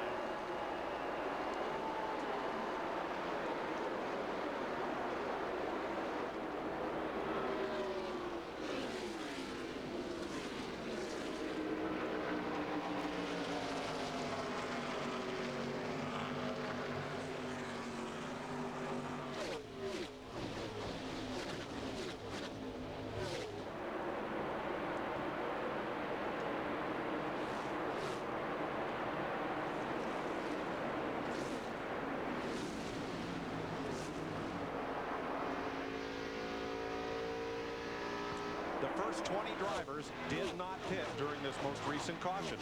Rusty Wallace, Tony Stewart, Jeff Gordon, Ward Burton, Robert Presley, Ricky Rudd, Mayfield, Earnhardt Jr., Presley, and Harvick, and Jarrett, the top 10 as they go 4 abreast. 1, 2, 3, 4 into the corner like a funnel.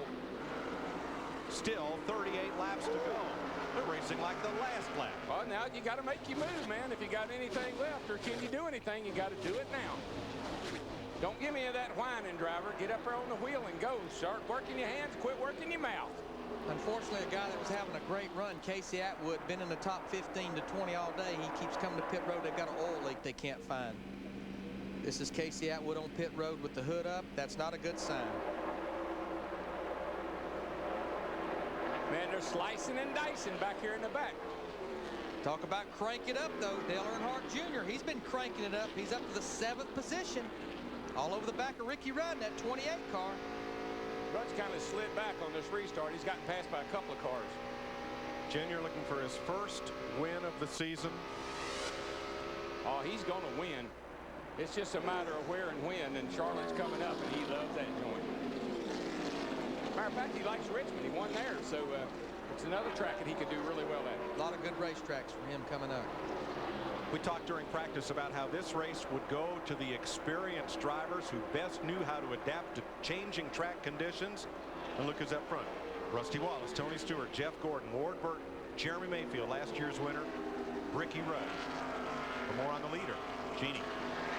Well, guys, no doubt that Rusty Wallace would stay out that last caution, but there is a little bit of doubt concerning the tires that he took during his pit stop from lap 200. He said it's getting a little pushy out there. Robert Pemberton said, hey, you've just been out there a little bit, just 6 laps, so let's give it some time. Let's see what happens. Dick?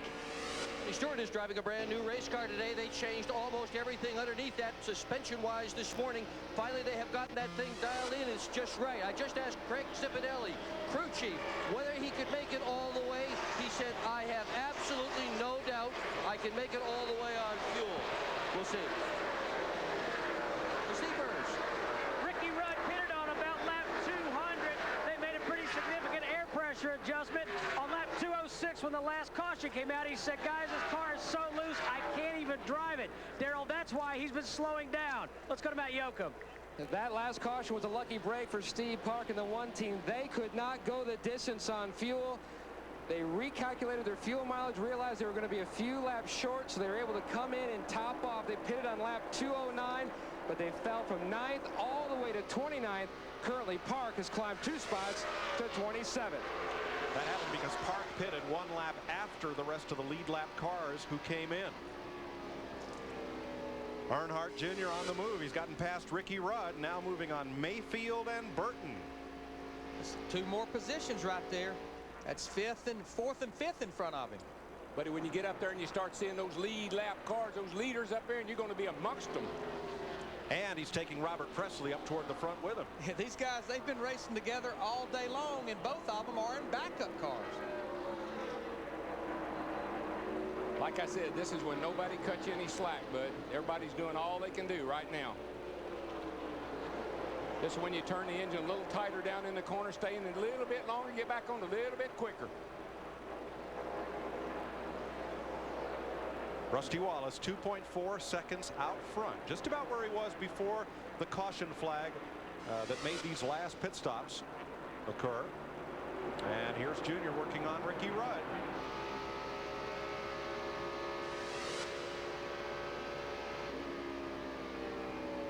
That's kind of like playing chicken right there. When you go off in the corner side by side, you keep waiting for that guy on the outside to lift, so it'll give you the room to make the pass. Where Junior seemed to really beat him, Darrell, was getting in the corner. Remember, Ricky's loose. He can't drive it in there as deep. Robert Presley is starting to come around to Ricky Rudd as well. And the fastest car in the 2 practice sessions yesterday, Ward Burton, is right there in the mix too. He's got a rear view mirror full of that Budweiser car. Dale Earnhardt Jr., Robert Presley, and that 77 falling right in Junior's tracks. There's 5 drivers right there looking for their first win of the year. Whoa, Presley took it all the way downstairs. He thought about it. He thought about trying to take it on the inside, but everybody knows it gets too tight and you get loose getting in there. That sounds like a contradiction. Traffic's too tight, car's too loose. Boy, a guy that just keeps losing the handle on his race car. Our points leader, Dale Jarrett, falling all the way back to 22nd. Matt Yoakum, they just can't get it like they need it. Well, Larry, Dale Jarrett had never won here at California in a Winston Cup car, and that win will not come today. Apparently, they have dropped a cylinder on the 88 car. This will be the first time in 39 races that he does not make the finish, that he has had engine failure sideline him from a race. But right now, engine trouble for the 88. Ward Burton scooted up too high down in turn 1 and paid the price. He drove it in there real hard, fighting for position, and he about lost the car. And just remember what I told you, in attrition, right here at the end of the race, I've seen it time and time again. When you drive that thing down in there, you're going to carry more RPMs. Let's see what happened to Ward Burton, because he was right up there fighting with Dale Jr. and he got up there and he just got up too high, couldn't get back to the throttle, lost 1, 2, 3 spots.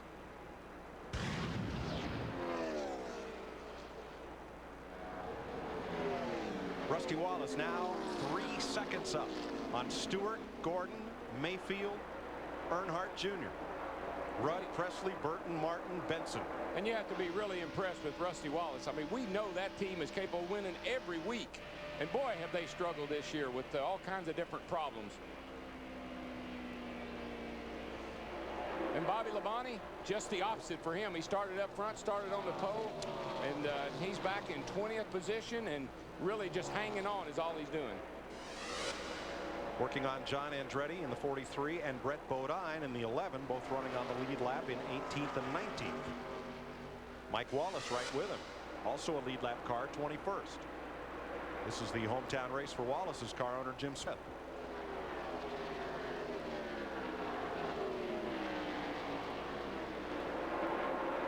Boy, Junior could, he could almost make that pass if the track was just a little bit wider. It's only 75 feet wide. Maybe if it was 80, he could make it. Oh, trouble. 18 again. Bobby Labonte, just like the first caution of the day, slides through the infield, gathers control, no caution. No caution. Boy, that is the 3rd time. Once in practice and twice today. This battle right here, this is the 4th position. Dale Earnhardt Jr. in the 8 car, he's going to take it from Jeremy Mayfield. And you never know, when the car comes off the corner like it spins, the spotter sometimes will holler caution, and you'll lift, and then all of a sudden he'll realize there isn't one. Show you again what happened to Bobby Labonte. Remember, he brought out the first caution of the day at lap 58 with a spin off turn 4. Just gotten down under, he tries to, oh boy, he just, again, the cars get really pushy right there, exiting the corner. For somebody there, watch this, almost the same thing. This time he looked like he may have gotten some help, but he did the same thing. He slid in front of the 30 car earlier today. This is his second time that this happened to him the same way. Mark Martin has crashed with Ward Burton. This will bring out a caution at lap 225. Martin slides down just out of harm's way. Ward's car had a little fire coming out of it. I think it's gone out now. 6th caution today at lap 224.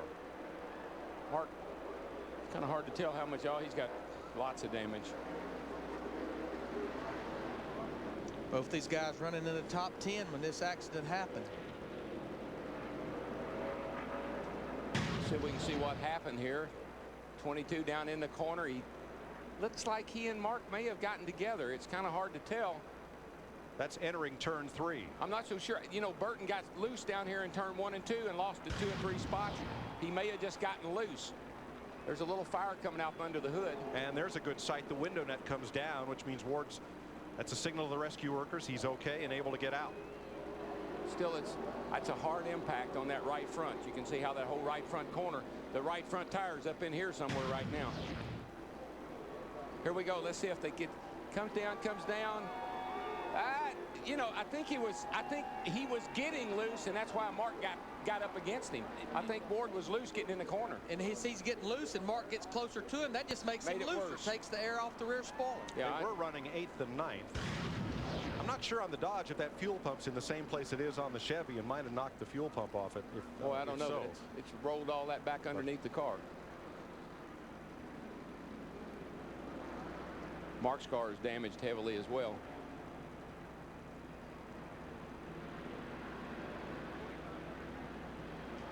Again, I can't tell you how you fight for every inch at the end. Hold the car up to get it up. You do everything you can to keep a position. You don't want to go backwards at the end of the day. Listening to Jimmy Fennig instruct his crew.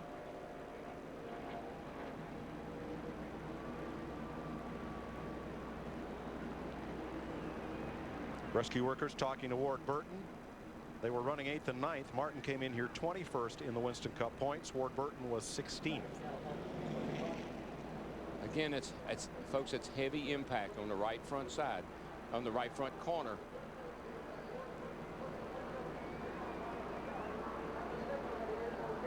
They've got the side window out, the right side window out, trying to look into the car. It's pinned up against the wall, making it difficult for the safety worker to get in. Now, he did drop the window net on his own, a signal to the rescue crews and to the officials that I'm okay, that there's no urgent need for them to have any risk in getting across the racetrack to his aid. So they'll help him out, and we'll come back. 225 of 250 laps, 50 miles of racing to go here at California Speedway in the NAPA Auto Parts 500 on Fox.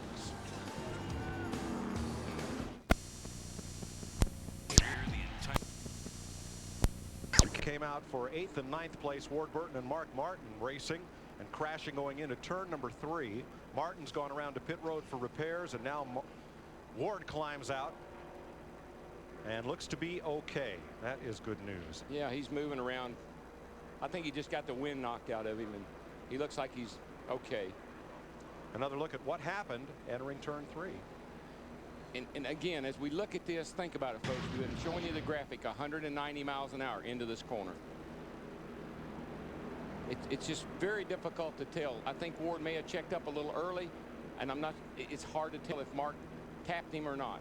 If he did, it wasn't very much at all. It wasn't, but I think Ward had gotten loose, and I think that complicated matters for him. Now, as that was happening,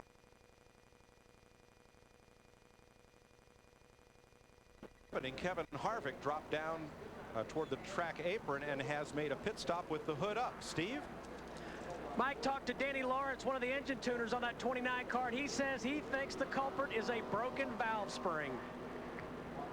Well, yeah, he'll have 7 cylinders. Again, this sustained RPM down this long front straightaway at 88 to 9,200 RPM. Those valve springs get mighty tired at the end of the day. And Darrell, the difference, say, from Martinsville a couple of weeks ago, I mean, they'll turn 9,000, 9,100, but it's an RPM that just goes up there and comes right back. Here, it gets there and just hangs. Yeah, it spikes at Martinsville. Yep. Here it's Let's go back down to Hotel California. Chris Myers and Jeff Hammond. All right, well, Jeff, you pointed out that... Can I hear that sound again, Darrell? No, that's... It's either his singing or he's choking on popcorn. No, Tony Stewart, who was your pick to win this race, by the way, this track, a sister track to Michigan, a Penske-built track, and he was optimistic coming in. Tony finished second last week, and you pointed out this is the point of the race where engines may go. He's holding up pretty well. Unlike Michigan, you run 400 miles there today, 500 miles. We keep talking about it, folks, but it's a big deal when it comes to having sustained RPM. 9,000 RPM, the valve train, the rods, the pistons, the drivers, nobody likes it for an extended period of time, and you're going to see this starting to happen more and more, and especially when we're talking about going restart. Now these guys, I come back up through the gears again, and you may miss a shift.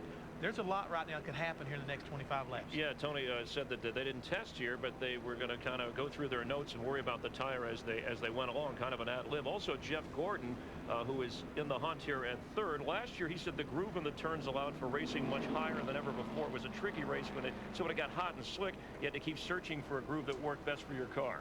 That's just what he is. He's the type of driver who will search around, find a way to make his car work, and he can do it. He likes this racetrack, and that's what makes him so successful. And I think Matt Yoakum's got more on. Yeah, let's get onto the track with Matt. Well, guys, he is not very happy with his race car. Right now, currently third, but he is still fighting a very tight condition. I asked crew chief Robbie Loomis how tight it is. He said tight is an understatement. They had serious conversations about pitting on this caution, maybe 2 tires, trying to fix this car. Not sure if it's a winning car with the way it is handling right now, but there are too many cars still on the lead lap due to the number of cautions, so they just couldn't take the chance and lose all that track position to Jeannie. Well, Matt, moments ago, a member of Rusty Wallace's crew went sprinting, and I mean sprinting down the pit boxes to talk to Todd Bodine's crew, asking them to, hey, move over, please, on the restart because you guys are a lap down. The 66 crew said, yeah, that's okay, but, you know, caution comes back out, you got to move over because we're trying to get this lap back. Give and take. A little give and take. Wallace is the race leader. As you look back from his Miller Lite number 2, Tony Stewart in second, Jeff Gordon in third, Dale Earnhardt Jr. in fourth. And I'm so glad for him because he has had a tough weekend. Wrecked his car, blew his engine. He's had a tough weekend. So to fight back shows a lot of character. The Bud Chevy from 37th to 4th. He led a few laps today. Next week, most of our action is on FX. From Richmond, Virginia, qualifying 5 p.m. Eastern Time on Friday, followed by Winston Cup practice and the Busch Series race.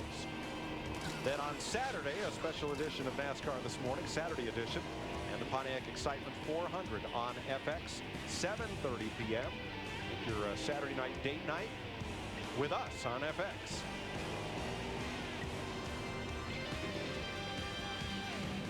I tell you what I'm looking at, Larry. I'm looking at point standings, and Dale Jarrett is struggling right now. I was surprised they didn't bring that car in the pit and work on it. He's back in 21st position. You got Stewart, Gordon, some of these guys that are right on his tail, right up there at the top. He could lose a lot of points today. Yeah, Gordon's in third, and that's about an 18 position swing. That can make a big difference. Really Jarrett would only give up 6 positions by pitting. Yeah, I'm surprised they didn't come down and try to make the car better for him. Maybe they can't. Maybe there's something that maybe they need to do something they just can't pull off right now. Well, Dale Jarrett came in here with a 145-point lead. That would get chopped almost in half. Yeah. All right, 1 lap to green. Rusty Wallace, your leader. Tony Stewart sitting second. Jeff Gordon third. That's how he'd gain all those points. Dale Earnhardt Jr. fourth.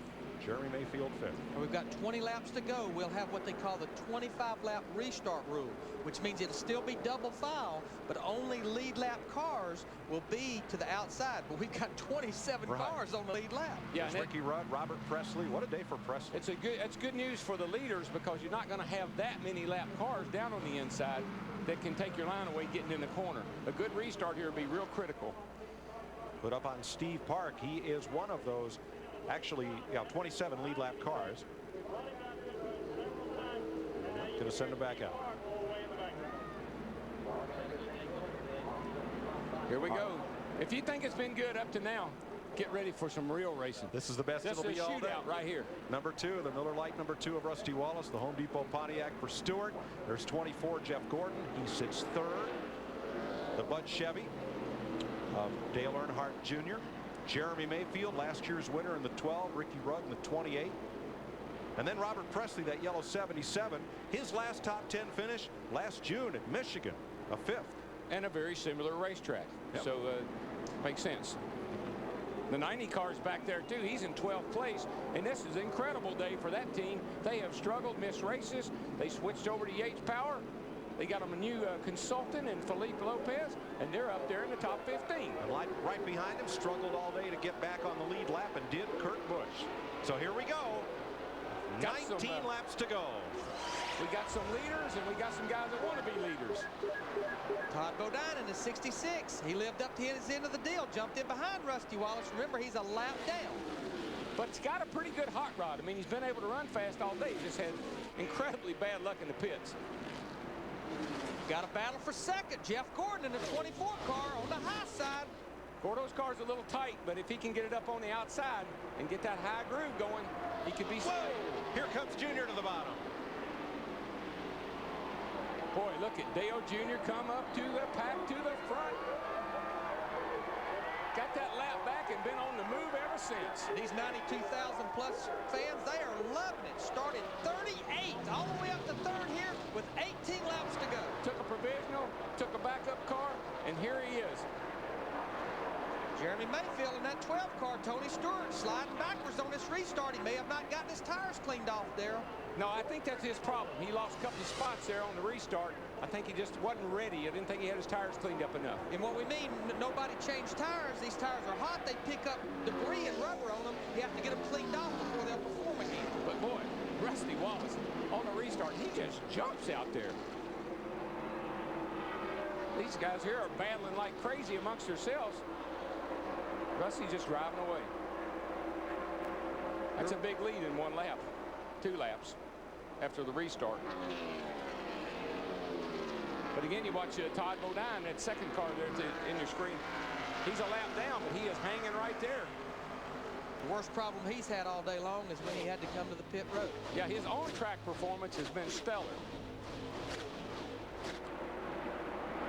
Rusty Wallace trying to shut down the field here in California. Jeff Gordon 1.1 seconds back, but a lapped car between them. And what Rusty doesn't want is for Todd to get up there and bother him. It's a distraction to have somebody in your rearview mirror, somebody back there that's kind of making your car do something you don't want it to, making it get loose as you go down in the corner. Now, right now, these two spotters, they've got to be talking to each other, with Rusty's spotter telling Todd Bodine's spotter, look, back off a little bit. Caution comes out, we'll give you a lap back. But Todd's trying to stay far enough ahead of Gordon so that Rusty can do that for him. Darrell, at the speeds they're running, can Bodine hook up and help Rusty get away? Not really. All he can really do is distract Rusty at this point. Rusty's car is really, really fast. He's got everybody covered. He just doesn't want anybody up there messing with him. And I bet he's giving Todd a lot of hand signals right now. Last lap speeds. Looks like the man leading the race has got the fastest race car right now, Rusty Wallace in that 2 car. Yeah, he pretty well got that thing dialed in about mid-race, and the car has been under him ever since. He's been able to run where he wants to, and he's been able to pull away and get a big lead. Sterling Marlin and Hut Strickland battling. Look at Hut Strickland. And Kurt Busch and Johnny Benson. This is all a battle for 10th here with 14 laps to go next time by. Boy, I'm so happy for Hut Strickland and that team. Jenny Dunleavy, man, it's great to see them run this well. Kurt Busch in the 97, he's had a great race car. Got that lap down at the very beginning of the race by fueling the car before the green flag, and then had to make an unscheduled green flag stop because of a tire problem. This has been Kurt's great adventure here. Yes. He has been up, down, back, forward. And these guys here are all racing their hearts out right now. Everybody's trying to gain a position. 28 miles to go. And nobody really seems to be closing that much on Rusty Wallace. The only guy I think it's got a shot at him would be Jeff Gordon. Jeff's car always seemed to be real good right at the end of the long runs when he ran that higher line. But Gordon has to overcome a 1-second deficit. He's closing up the gap, and Todd Bodine is actually helping Gordon the most by having somebody there to draft off of. That will be a help to Jeff Gordon. And Steve, they're getting away from Dale Earnhardt Jr. Mike, that's because he just radioed into his team and said, man, this car is awful tight. I'm doing the best I can. It's just too tight. I believe if I was him, I'd try to move up the hill, try to get up on the outside. That'll help the car turn a little bit better, and it won't be so tight.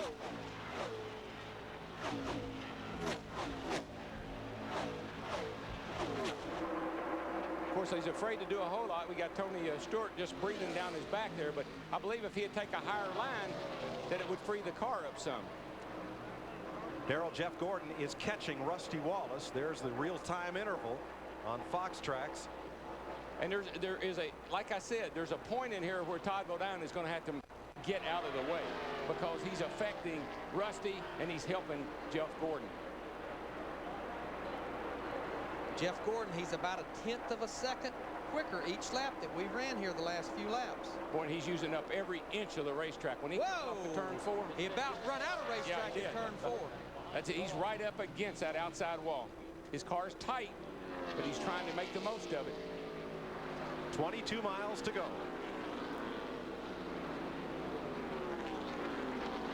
I'm not so sure that, you know, Rusty doesn't have a little bit left, but I don't want to oversell this, but the 66 probably needs to get back out of the way pretty soon here. I think when we see 10 to go, it's time to get out of the way. I believe so. Third and fourth place, Tony Stewart keeping close tabs on Earnhardt Jr. These two cars equal in speed right now for about the last 4 or 5 laps.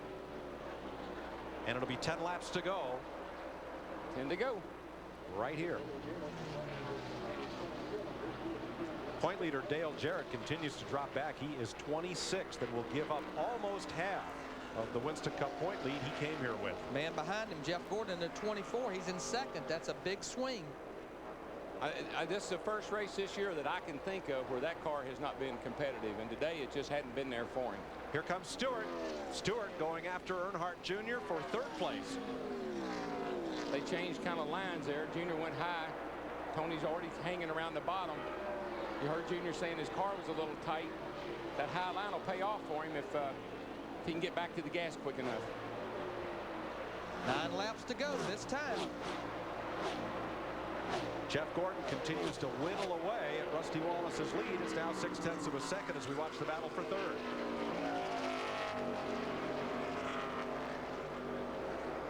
Jeff Gordon using all of this 2-mile racetrack. Let me tell you, there's nobody. There's hardly anybody in racing that is any better at the last 10 laps when he's got a shot. And there you go. Todd Bodine did move out of the way, and that's a gentlemanly thing to do and the right thing to do. And Jeff Gordon just asked his spotter, let's get him out of the way. Todd Bodine did what he should have done right there. Now is Bodine any help to Gordon? Right behind him. Kind of the same deal. He will be for a little while, but then he's going to make Gordon's car get loose if he stays up tight on him. Gordon's getting away from Bodine, but can he track down Rusty Wallace with 8 laps to go? There's the interval. It's under 0.6. I think he can catch him. Now, I don't know if he can pass him or not with a tight race car. We see him using up a lot of racetrack. I do believe he can catch him, but I don't think he can pass him. They've got clean racetrack in front of them, so no traffic should be an issue here. He's 7 to go next time. Rusty's best finish here was 8th last year. 92,000 in the seats, on their feet. 92,000 standing in front of their seats. Not too many of them sitting down right now. I tell you, Rusty's car's been awful good all day long. I just can't imagine that he can't hold Gordon off for these last 6 laps. For Jeff Gordon, catching Rusty Wallace is going to be one thing. Passing him would be another. Yeah, his car, he's already complaining about it being tight, and then that's going to make it worse when he gets up behind The Rusty. closer he gets to Rusty, it's going to take that downforce off his front end, make it push worse. Exactly. Half a second apart. He's inching up there. He's going to make it very interesting. But at this stage in the race, half a second might as well be half a straightaway. All you got to do is don't drive his corner. Either corner, though, drive in too hard and get your car loose, get it sliding up the hill, can't get back to the throttle quick enough, and he's there. Now that time Wallace in turn 2 climbed up the racetrack a little bit, and Gordon closed in. He's inching up on him, and he's in a position where he can really feel the draft off the Rusty's car. So he's going to get there. There's no question about that. This is the corner where he seems to really be making up time. Look at him, Darrell. He ran around the bottom down there in turn 3 and 4 that time. What he's doing, he's going in low and letting the car really slide up the hill coming off. 5 laps to go. Down to 3/10 of a second. Well, it's down to about 5 car lengths and closing big time. Rusty didn't get off of turn 2 very good that time, and Gordon did. That's his weak link right now, Darrell. Turn 2. Rusty is riding up the racetrack on the exit of turn 2. Gordon keeps closing. See the speed difference there, about a half a mile an hour. Gordon's got the car right around the bottom, but you see how it gets that push in it? See how he gets way out there? Closer to Rusty he gets, and he couldn't get much closer now. Boy, these fans are loving this. 2 pretty equal race cars. 4 laps, 8 miles to go. Pretty equal race cars here. This is where Gordon seems to be a little better. He was last lap anyway, getting off of turn 2. Rusty kept a little lower there on the exit of turn 2. Didn't give up as much ground. Actually pulled Jeff a little bit down the back straightaway. Rusty doesn't want Gordon to get close enough to let him see him sweat. That's a big thing. It's all right to keep back here, just don't get too close. Gordon's going to try the high line. It's been working for him all day long. He knows he's got to do something. He's not going to catch Rusty otherwise. 3 to go, Les. 3 to go. 3 laps to go. I believe he actually lost a little ground to him that time off turn 4. I think you're right. 3 laps, 6 miles to go. And you can see that he lost ground not just by looking at Rusty's car, but also looking Todd Bodine close back up a little bit on the back of Jeff Gordon. Now, while that battle was going on, Dale Earnhardt Jr., he got back by Tony Stewart in a 20 car, but Tony pulls right back up on him off of turn 2. This is a battle for 3rd. They're kind of having that seesaw battle. One's high, one's low, and both of them are just fighting tight cars. Mayfield 5th, Rudd 6th, Spencer 7th, Nadeau, Marlin, and Presley the top 10. John Andretti falls off the pace as we come down for 2 laps to go. I just don't think he's got the car to get it done with. I mean, he's given all he's gotten. I believe he realizes that now. He's kind of just going to hang on to 2nd place. Well, he made a run at it for 3 or 4 laps. Darrell probably used his stuff up, realized I can't do it. Only way he figured he could get him is if Rusty made a mistake, and Rusty's enough a veteran, been around long enough, he ain't going to make a mistake. You got to give Wallace credit. He's pretty well worn them out here today. Yes, he has. He has dominated this race today. Fans on their feet. Here we come. And it's the white flag. Boy, I know Rusty's glad to see that. 1 lap to go. Stewart pushes the wall coming out of turn 4. One thing you can bet on Jeff Gordon, he is not going to give up. He's going to give it all he's got, and Rusty gets a little high off turn 2 over there. It's going to allow Gordon to close just a little. He's up at the closest he's been since we got into this run. 3 cars. By 3. That's it. Darrell, all I think Rusty needs to do is run that same line through 3 and 4 right around the bottom. I don't think Gordon can get him. Only way he can get him is if Rusty slips, and he's not going to slip. Looking for his first win in 2001. Rusty Wallace Clear by 3. And win it, Rusty Wallace wins in California.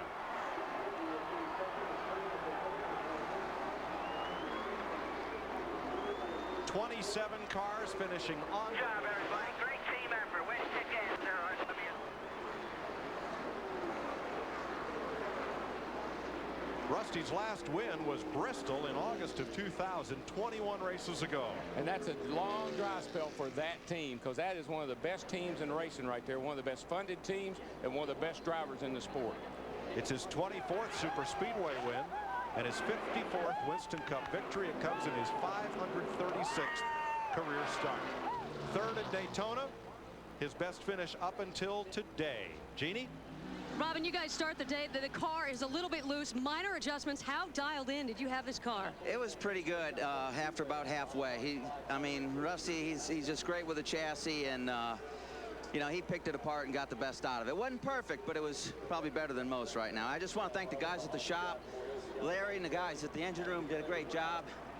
wife and kids at home, the whole 9 yards. I don't get to do that much, so thanks a bunch. Take a deep breath. Congratulations. And it's now 16 straight years that Rusty Wallace has managed one Winston Cup victory in a season.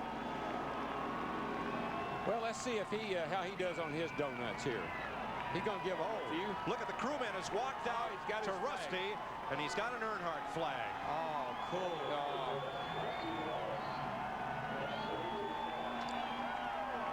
On what would have been Dale Earnhardt's 50th birthday,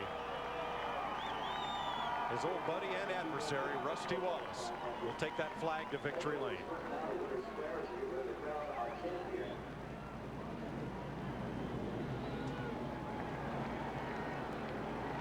Keep in mind that Wallace made a similar victory lap to honor Alan Kulwicki when Kulwicki, then the defending Winston Cup champion, lost his life in an airplane crash at Bristol, Tennessee.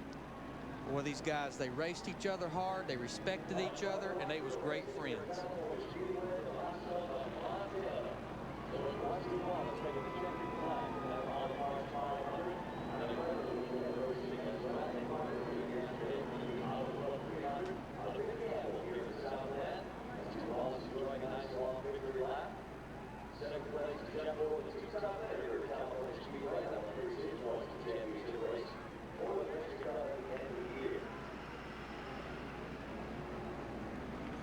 Wallace the winner, Jeff Gordon second, just a quarter of a second back. Dale Earnhardt Jr. a strong third with a backup car. Tony Stewart and last year's winner Jeremy Mayfield the top five. Ricky Rudd, Jimmy Spencer ended up seventh after leading a good part of this race. Jerry Nadeau, Sterling Marlin, and Robert Presley. Great run for Robert. Really was. Johnny Benson and Hut Strickland. Yay, Hut. All right, and our little kid, our little buddy there, Kurt fought his way back to 13th. After his great adventure. He had to pass about 80 or 90 cars today. Passed more cars than anybody. Bobby Labonte, 22nd, best he could do today. Dale Jarrett, 24th. Not a good day for him. All but 3 cars running at the finish. Mark Martin, Ward Burton, and Michael Waltrip, the only retirees. With 40 cars running at the end, 27 cars on the lead lap, 500 miles. Well, that's typical Los Angeles traffic. Jeannie, how about our 4th place finisher? Well, I'm going to try to get through some traffic right now. Greg Zipadelli, congratulations on the 4th place. And I'm going to try to get through to your driver as well, Tony. Another great, I know you would have preferred the W here, but another back-to-back great finish for you. How did the car run here? You like the track? I'll tell you what, I mean, like Greg said, 2 weeks ago, we were 3 laps down at Texas on this tire. So, you know, to come out of here with the top 5 today is a great day for all of us and everyone on this Home Depot team. Greg made some really good changes last night, overnight, and the guys had great pit stops all day, kept getting us good track position. And, you know, I don't think anybody was in Rusty Wallace's league. You know, Jeff started getting up there at the end, but, you know, we're just fighting for our lives there at the end, trying to get Dale. All right, congratulations. Dick Berggren? I'm with Jeff Gordon, who has finished second. How about it? Is it frustrating to get that close to the win? Are you happy finishing second? Well, it was a good day for us all in all. We led quite a few laps early on. We lost a little bit there towards the second half of the race. Rusty really picked up some speed, and we got it back there at the end. I made a run at him, you know, but everybody in the DuPont Chevrolet just did a great job today. Everybody in the pits, just a good effort for us and from a lot of folks here from California that cheer for us. And just want to thank DuPont and Quaker State, Pepsi, GMAC, everybody here on this Chevrolet team. It's a good effort for us. It was a good team effort. To Mike Joy. Thanks, Dick. A big crowd has gathered down in our MBNA Winner's Circle, where the Miller Lite crew will be celebrating Rusty Wallace's first win of the season. He ties Jeff Gordon and Lee Petty for 7th on NASCAR's all-time victory list, and it's his 7th California victory. He got 2 wins at the Riverside International Raceway Road Course. Rusty is a hard-working driver. He works on the car. He works very closely with the crew. Smart guy. Glad to see he's got some sort of head restraint system on there. And he's got his first win of the season. Matt Yoakum. Well, Rusty Wallace survives a 19-lap shootout. That mirror was full of flames. How concerned were you about holding them off? I was pretty consumed. The car was pushing at the end there. And Gordon's tough, you know he is, but we had a really good hot rod all day long, and I didn't know what to expect. I didn't know if he was saving something. He was able to work the top lane a little better than I was. But it was a great race. I'm real happy to get in victory lane finally. Man, we struggled with this tire, a lot of stuff, but man, this thing had big-time horsepower under the hood. Pit stops were great. It was just a neat day. You've said ever since Daytona that you were going to pay a special tribute to your fallen friend when you got to Victory Lane and Wilbur gave you the flag. Yeah, it was kind of emotional feeling because, you know, he's such a great friend of mine and such a great family, and I wanted to do something for him. I really liked to have Richard Childress ride with me in that lap, but, you know, it took me too long to win. But it was a neat tribute. The fans were liking it, and I felt good about it. Rusty Wallace in Victory Lane on his fallen friend's 50th birthday. To Steve Burns. Thanks, Matt. With Dale Earnhardt Jr., your third top 10 in the last 4 races. Tell us about the end of the race. Well, we just kind of hanging on there. My car got real tight at the end. I was kind of holding Tony up, but we were able to hold him off and finish third. It's a good race. We come from pretty far back. We wrecked a primary car in practice and blew a motor. Ran out of gas today. I mean, we just had a lot of bad luck, but they turned around. Little Hank won yesterday and kind of gave me a little inspiration to do something today, and it's my daddy's 50th birthday, so we go home, we got something to celebrate. Nice tribute by Rusty to hold that number 3 flag out of the car. Yeah, those are all his friends, you know, and he raced with them for years and years, and I'm sure I can't even imagine what he meant to them. So on that level, so you know, I'm sure that he's enjoying himself, and congratulations to him for his win. Great run, and thank you for your class. Let's go to Mike Joy. Dale Earnhardt Jr. with a fine 3rd place finish today, ahead of Tony Stewart and Jeremy Mayfield, the top 5. Here are the point standings. Jeff Gordon has knocked Dale Jarrett's lead down to 66 points, less than half what Jarrett came in with. That's how quickly things change. Johnny Benson, Rusty Wallace up to 4th. Sterling Marlin now 5th. Look at the 10th place man. Yeah, Dale Earnhardt Jr. in the top 10. Slips into the top 10. Strong that runs far the back. last 3 weeks. Well, let's go back one more time to the Hotel California. Chris Myers. I think we had a duel at the end there with Jeff Gordon, Rusty Wallace holding him on. The top 2 leaders in career victories that are active, and so with his 54th win, Rusty Wallace leads that department, 6th all-time in the modern era, and obviously a smooth ride for his team today. I think they did an awesome job. We talked about early on that they had a game plan. They executed it perfectly. Early on, the car wasn't quite right, but they had prepared properly, made the right adjustments at the right time. Great pit stops, and Rusty just did an exceptional job, I think, of not letting Jeff Gordon and the rest of the field intimidate him. And our thoughts are with Ward Burton. You saw him walk away on his own power with some help when his car caught fire in a wreck. He has been helicoptered to a nearby hospital for further observation. Hopefully he'll be with us next weekend under the lights in Richmond. It starts with qualifying on Friday on FX. In fact, be with FX for the entire weekend. The Winston Cup practice and then the Busch race. Jeff Green, your winner last year. And then on Saturday night, NASCAR this morning gets you going in the AM. Notice the special day Saturday. On Saturday night, the race here, 400 laps, 300 miles. Dale Earnhardt Jr., your defending champ. Dale Jarrett said about Richmond, the speeds are high enough for good racing, but slow enough that you can race side by side. Today began with 3 doves being released at the California Speedway in honor of what would have been Dale Earnhardt's 50th birthday. Pole sitter Bobby Labonte and last year's points champ spun out twice. The tension was there as the points leader Dale Jarrett had some problems and lost ground in his points lead. They were hoping that Dale Earnhardt Jr. could make a run, anxious for a Hollywood script ending. But in the end, in the fun and sun at the California Speedway, it was Rusty Wallace, a guy who flies his own jets, piloting his car to victory. It was Miller Lite time. Thanks for watching Racing on Fox. We'll see you from Richmond next weekend.